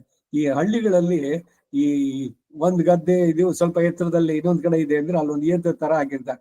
ನೀರನ್ನ ತುಂಬಿಸ್ಕೊಂಡು ಈ ಕಡೆಯಿಂದ ಅಲ್ಲಿ ಚಲಿಸುತ್ತೆ, ಒಂದ್ ಕಡೆ ಮೇಲೆ ಹೋಗುತ್ತೆ ಮತ್ತೆ ಕೆಳಗೆ ಬರುತ್ತೆ. ಆ ಗಟಿ ಯಂತ್ರ ಒಂದ್ಸಲಿ ಮೇಲೆ ಅಪ್ಪು ಮತ್ತೆ ಡೌನು, ಆ ರೀತಿನಲ್ಲಿ. ಹೀಗೆ ಸ್ವರ್ಗ ಪ್ರಾಪ್ತಿ ಉಂಟಾದವರಿಗೆ ಭೋಗ ಪರಿಮಿತ ಕಾಲವಾದದ್ದು ಎಂದು ಶ್ರೀ ವಿಷ್ಣುಪುರಾಣದಲ್ಲಿ ಸ್ವರ್ಗೇಪಿ ಪಾಪಭೀತಸ್ಯ ಕ್ಷಯಿಷ್ಣೋರ್ ನಾಸ್ತಿ ನಿರ್ವತಿ ಎಂದು 6:5:50 ವಿಷ್ಣು ಪುರಾಣ ಹೇಳಿದೆ. ಈ ಸ್ವರ್ಗೋಪಭೋಗ ಕಳೆದು ಯಾವಾಗ ಈ ಭೂಮಿಗೆ ಬೀಳ್ತೇನೋ ಅನ್ನೋ ಭಯದಿಂದ ಅಲ್ಲಿಯೂ ಪೂರಾ ಸುಖವಿಲ್ಲ ಅಂತ ಹೇಳ್ತಾರೆ. ಇದಕ್ಕೂ ಕೂಡ ನಿಮ್ಗೆ ನೆನಪಿದ್ರೆ ಸರಿಯಾಗಿ ನಾ ಹೇಳಿದ್ದೆ, ಈಗ ಅಮೆರಿಕಾದಿಂದ ಒಬ್ಬನೇ ಮಗ ಹೋಗಿದ್ದ, ಬರ್ತಾ ಇದ್ದಾನೆ. ಎಷ್ಟೋ ವರ್ಷಗಳು ಒಂದ್ಸಲಿ ಬರೋದು. ಅವನು ಬರ್ತಾನೆ ಅನ್ನೋದನ್ನ ಕೇಳ್ತಾನೆ ಆನಂದ. ಅವನು ಬಂದು ಇಳ್ದ, ಆಯ್ತು 2 ದಿವ್ಸನೂ ಇಲ್ಲ, ಎಷ್ಟು 15 ದಿವಸ ಮ್ಯಾಕ್ಸಿಮಮ್. ಅದಕ್ಕೆ ಅವ್ರು ಇದ್ದಿದ್ದ ರಜಾಗಳನ್ನೆಲ್ಲ ಸೇರಿಸ್ಕೊಂಡು ಮಾಡ್ಕೊಂಡ್ ಬಂದಿರ್ತಾರೆ. ಹೋಗ್ಲಿ, ಅವ್ರ ಜೊತೆ ಸಂತೋಷವಾಗಿ ಕಳೀತಾರೆ ಟೈಮು. ಅಯ್ಯೋ, ಇನ್ 4 ದಿವ್ಸ ಹೊರಟ್ಬಿಡ್ತೀಯಲ್ಲೋ, ಇನ್ 3 ದಿವಸ ಆಯ್ತು, ಇನ್ 2 ದಿವಸ ನೀನ್ ಹೊರಟೆ ಬಿಡ್ತೀಯ, ಇವಾಗ್ಲೇನೆ ಅದು ಹೊರಟ ಅಂತ ಅಳುತ್ತಾ ನಂತರ ಕೂತ್ಕೊಳ್ಳೋದು ಬರೀ ಚಿಂತನೆಯಲ್ಲೇನೆ. ಹಾಗೆ ಸ್ವರ್ಗಕ್ಕೆ ಹೋದವ್ರದ್ದು ಕತೆ ಇಷ್ಟೇನೆ.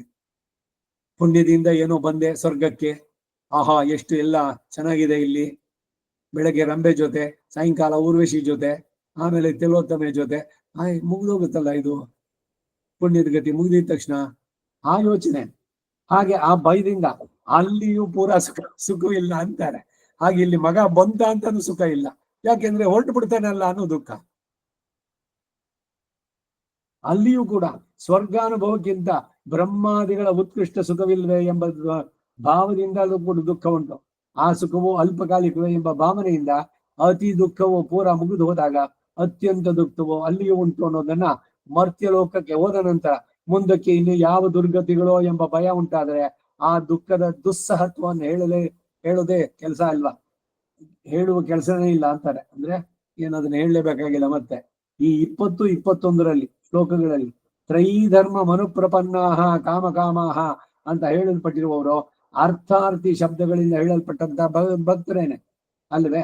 ಕೇವಲ ಕಾಮ್ಯ ಫಲಗಳನ್ನು ಕೋರುವ ಅನ್ಯ ದೇವತಾ ಭಜನೆ ಮಾಡುವವರೇ ಎಂಬ ಶಂಕೆ ಇದ್ದಲ್ಲಿ ಇಲ್ಲಿ ಅರ್ಥಾರ್ಥಿಗಳಾದ ಭಗವದ್ ಭಕ್ತರು ಹೇಳಲ್ಪಡಲಿಲ್ಲ ಎಂದು ಕೇವಲ ಸ್ವರ್ಗಾದಿ ಭೋಗಕ್ಕಾಗಿ ಯಜ್ಞಯಾಗಾದಿಗಳನ್ನ ಕರ್ಮಗಳನ್ನ ಫಲಾಕಾಂಕ್ಷೆಯಿಂದ ಮಾಡಿದೆ ಎಂದು ಊಹಿಸ್ತಕ್ಕದ್ದಾಗಿದೆ. ಯಾಕೆಂದ್ರೆ ಶ್ರೀ ಯತಿವರ್ಯರು ವ್ಯಾಖ್ಯಾನದಲ್ಲಿ ಕೇವಲ ಇಂದ್ರಾದಿ ದೈವತ್ಯ ತಯಾನು ಸಂಹಿತೈ ಯಜ್ಞೈ, ಇಂದ್ರ ಇವರುಗಳನ್ನ ಸ್ವರ್ಗ ಕಾಮ ಯಜೇತ, ಸ್ವರ್ಗಕ್ಕಾಗಿ ಇಂದ್ರನ ಕುರಿತು ಉಪಾಸನೆ ಮಾಡಿದ್ದು ಎಂದು ಕೇವಲ ಶಬ್ದ ಇರೋದ್ರಿಂದ ಇದು ಪರಮಾತ್ಮನ ಭಜನೆ ಅಲ್ಲ. ಇಲ್ಲಿ ಗೋವರ್ಧನಗಿರಿ ಎತ್ತಿ ಇದ್ ಮಾಡ್ಬೇಕಾದ್ರೆ ಪ್ರತಿ ವರ್ಷ ಮಾಡ್ತಿದ್ರು, ಅವನಿಂದ ಮಳೆ ಆಗ್ಬೇಕು, ನಮಗೆ ಹಸುಗಳು ಚೆನ್ನಾಗಿ ಸಿಗ್ಬೇಕು ಅಂತ ಕೃಷ್ಣ ಹೇಳ್ದ. ಅವನ ಅಹಂಕಾರ ನಿರಸನ ಮಾಡ್ಬೇಕು. ಈ ಸಲ ಗೋವರ್ಧನ ಭಟ್ಟಕ್ಕೆ ಪೂಜೆ ಮಾಡೋಣ, ಇಂದ್ರನ ಮಾಡೋದು. ಮೋಡಗಳು ಬರುತ್ತೆ, ಅದನ್ನ ತಡೆದು ನಿಲ್ಸೋದು ಬೆಟ್ಟ. ಸೊ ಗೋವರ್ಧನಗಿರಿಗೆ ಪೂಜೆ ಮಾಡೋಣ ಅಂತ ಬದಲಾಯಿಸಿದ್ದು. ಹಾಗೆ ಇಲ್ಲಿ ಇಂದ್ರಾದಿ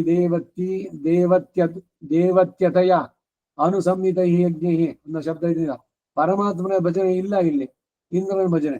ಆದ್ರೆ ಮಾಂ ಯಜ್ಞೈರಿಷ್ಟ್ವ ಎಂದು ಇರೋದ್ರಿಂದ ಜ್ಞಾನಿಯಾದವನು ಅವನ ಮಹಾತ್ಮೆ ಇತರ ಅರ್ಥಾರ್ಥಿಗಳ ಪ್ರಾಪ್ತಿಗಿಂತ ವಿಲಕ್ಷಣವಾದದ್ದು ಅಂತ ತಿಳಿಸೋದಕ್ಕಾಗಿ ಪ್ರಕರಣಕ್ಕೂ ಸಂಗತಿಗೂ ಯುಕ್ತವಾಗಲ್ವೋ ಅಂದ್ರೆ ನಿಗಮಾಂತರ ದೇಶಿಕರು ಶ್ರೀ ಯತಿವರ್ಯರ ವ್ಯಾಖ್ಯಾನವನ್ನು ಅನುಸರಿಸಿ ಹೇಳ್ತಾರೆ, ಸಾಕ್ಷಾತ್ ಭಗವದ್ಯಾಜಿಯಾಗಿದ್ದ ಪಕ್ಷದಲ್ಲಿ ಭಗವದ್ ಪ್ರಾಪ್ತಿಸಿದ್ದ. ನೀವು ಏನೇ ಯಜ್ಞ, ಯಾವುದೇ ದೇವತೆ ಪೂಜೆ ಮಾಡಿ, ಅದು ನಾರಾಯಣ ಪರ್ಯಂತವಾಗಿ ಆಯಾಯ ದೇವತೆಯ ಅಂತರ್ಯಾಮಿಯಾಗಿ ಭಗವಂತನಿಗೆ ನಾನು ನಡೆಸ್ತಾ ಇದ್ದೇನೆ ಅಂತ ಮಾಡಿದ್ರೆ ಯಾವುದು ತಪ್ಪಲ್ಲ ಅಂತ ವೇದಾಂತೇಶಿಗಳ ಮಾತಿದು.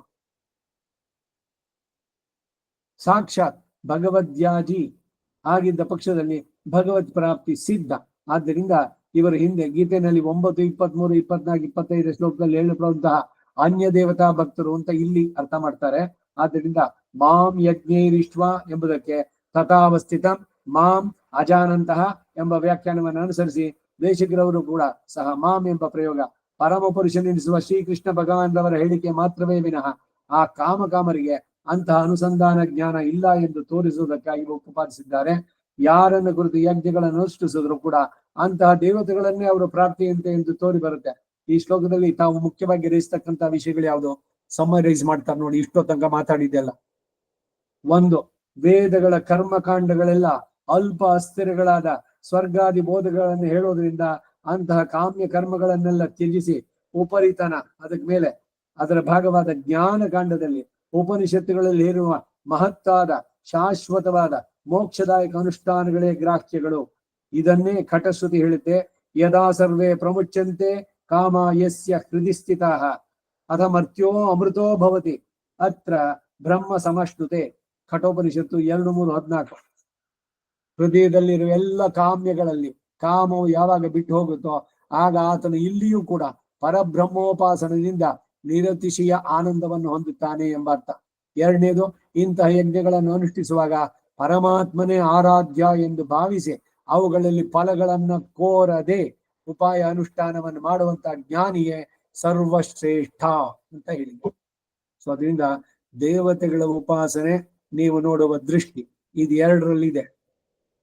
ಏನೇನಾದ್ರು ಬಯಸಿ ಯಾವುದು ಹರಕೆ ಮತ್ತೊಂದು ಅದೆಲ್ಲ ಬಿಟ್ಟು ಎಲ್ಲ ಭಗವಂತಂದೇ ಬೇರೆ ಬೇರೆ ರೂಪಗಳು, ಹೋಗಿ ಎಲ್ಲಿಗೋ ಅವನಿಗೂ ನಮಸ್ಕಾರ ಮಾಡಿ ಭಗವಂತ ನನಗೆ ನಿಶ್ಚಯವಾದಂತಹ ಯಥಾರ್ಥವಾದ ಜ್ಞಾನ ಉಂಟಾಗ್ಲಿ ಅಂತ ಶಿವನನ್ನು ಪ್ರಾರ್ಥಿಸಿದ್ರೆ ಖಂಡಿತ ತಪ್ಪಲ್ಲ. ಮುಂದಕ್ಕೆ 22ನೇ ಶ್ಲೋಕ. ಅನನ್ಯಾಶ್ಚಿಂತಯಂತೋ ಮಾಂ ಯೇ ಜನಾಃ ಪರ್ಯುಪಾಸತೆ ತೇಷಾಂ ನಿತ್ಯಾಭಿಯುಕ್ತಾನಾಂ ಯೋಗಕ್ಷೇಮಂ ವಹಾಮ್ಯಹಂ. 9ನೇ ಅಧ್ಯಾಯದ 22ನೇ ಶ್ಲೋಕ ಇದು. ವಿಷ್ಣು ಸಹಸ್ರನಾಮದ ಕಡೆಯಲ್ಲಿ ಸೇರಿಸಿದ್ರು. ಅದಕ್ಕೊಂದು ಅವತಾರಿಕೆ ಮಹಾತ್ಮಾನಸ್ತು ನಿರತಿಶಯ ಪ್ರಿಯ ರೂಪ ಮಚ್ಚಿಂತನಂ ಕೃತ್ವ ಮಾಂ ಅನವಧಿಕಾತಿಶಯ ಆನಂದಂ ಪ್ರಾಪ್ಯ ನ ಪುನರಾವರ್ತತೆ ಇತಿ ತೇಷಾಂ ವಿಶೇಷಂ ದರ್ಶಯತಿ ಅಂತ. ಇದರ ಚಿಂತನೆ ಏನು ಅನ್ನೋದನ್ನ ನಾಳೆ ದಿವಸ ಮಾಡೋಣ. ಅವತಾರಿಕೆಯನ್ನ ವಸುದೇವ ಸುತಂ ದೇವಂ ಕಂಸ ಚಾಣೂರಮರ್ದನಂ ದೇವಕೀ ಪರಮ ಆನಂದಂ ಕೃಷ್ಣಂ ವಂದೇ ಜಗದ್ಗುರುಂ ಅತಸಿ ಪುಷ್ಪ ಸಂಕಾಶಂ ಹಾರ ನೂಪುರಶೋಭಿತಂ ರತ್ನಕಂಗಣ ಕೇಯೂರಂ ಕೃಷ್ಣಂ ವಂದೇ ಜಗದ್ಗುರುಂ ಕುಟಿಲಾಲಕ ಸಂಯುಕ್ತಂ ಪೂರ್ಣಚಂದ್ರನೇ ಬಾಲನು ವಿಲಸತ್ಕುಂಡಲಧರಂ ದೇವಂ ಕೃಷ್ಣಂ ವಂದೇ ಜಗದ್ಗುರುಂ ಮಂದಾರಗಂಧ ಸಂಯುಕ್ತಂ ಚಾರುಹಾಸಂ ಚತುರ್ಭುಜಂ ಬರ್ಹಿ ಪಿಂಚಾವಚೂಡಾಂಗಂ ಕೃಷ್ಣಂ ವಂದೇ ಜಗದ್ಗುರುಂ ರುಕ್ಮಿಣೀಕೇಳಿ ಸಂಯುಕ್ತಂ ಪೀತಾಂಬರ ಸುಶೋಭಿತಂ ಅವಾಪ್ತ ತುಳಸೀಗಂಧಂ ಕೃಷ್ಣಂ ವಂದೇ ಜಗದ್ಗುರುಂ ಗೋಪಿಕಾನಾಂಕುಜಧ್ವನ್ನಂ ಕೊಂಕಮಾಂಕಿತವಕ್ಷಸಂ ಶ್ರೀನಿಕೇತಂ ಮಹೇಶ್ವಾಸಂ ಕೃಷ್ಣಂ ವಂದೇ ಜಗದ್ಗುರುಂ ಶ್ರೀವತ್ಸಾಂಗಂ ಮಹೋರಸ್ಕಂ ವನಮಾಲಾ ವಿರಾಜಿತಂ ಶಂಖಚಕ್ರಧರಂ ದೇವಂ ಕೃಷ್ಣಂ ವಂದೇ ಜಗದ್ಗುರುಂ ಕೃಷ್ಣಾಷ್ಟಕಮಿದಂ ಪುಣ್ಯಂ ಪ್ರಾತರುತ್ತಾಯ ಪಡೇತ್ ಕೋಟಿ ಜನ್ಮಗತಂ ಪಾಪಂ ಸ್ಮರಣೇನ ವಿನಶ್ಯತಿ. ಕವಿತಾರ್ಕಿಕ ಸಿಂಹಾಯ ಕಲ್ಯಾಣ ಗುಣಶಾಲಿನೇ ಶ್ರೀಮತೆ ವೆಂಕಟೇಶಾಯ ವೇದಾಂತ ಗುರವೇ ನಮಃ. ವಾರಿದ್ವೀಪ ಶಿರೋಭಂಗ ಪಂಚಾನ್ನ ಪರಾಕ್ರಮಃ ಶ್ರೀಮಾನ್ ವೆಂಕಟನಾಥಾರ್ಯ ಸ್ಥಿರಂ ವಿಜಯತಾಂ ಭುವಿ.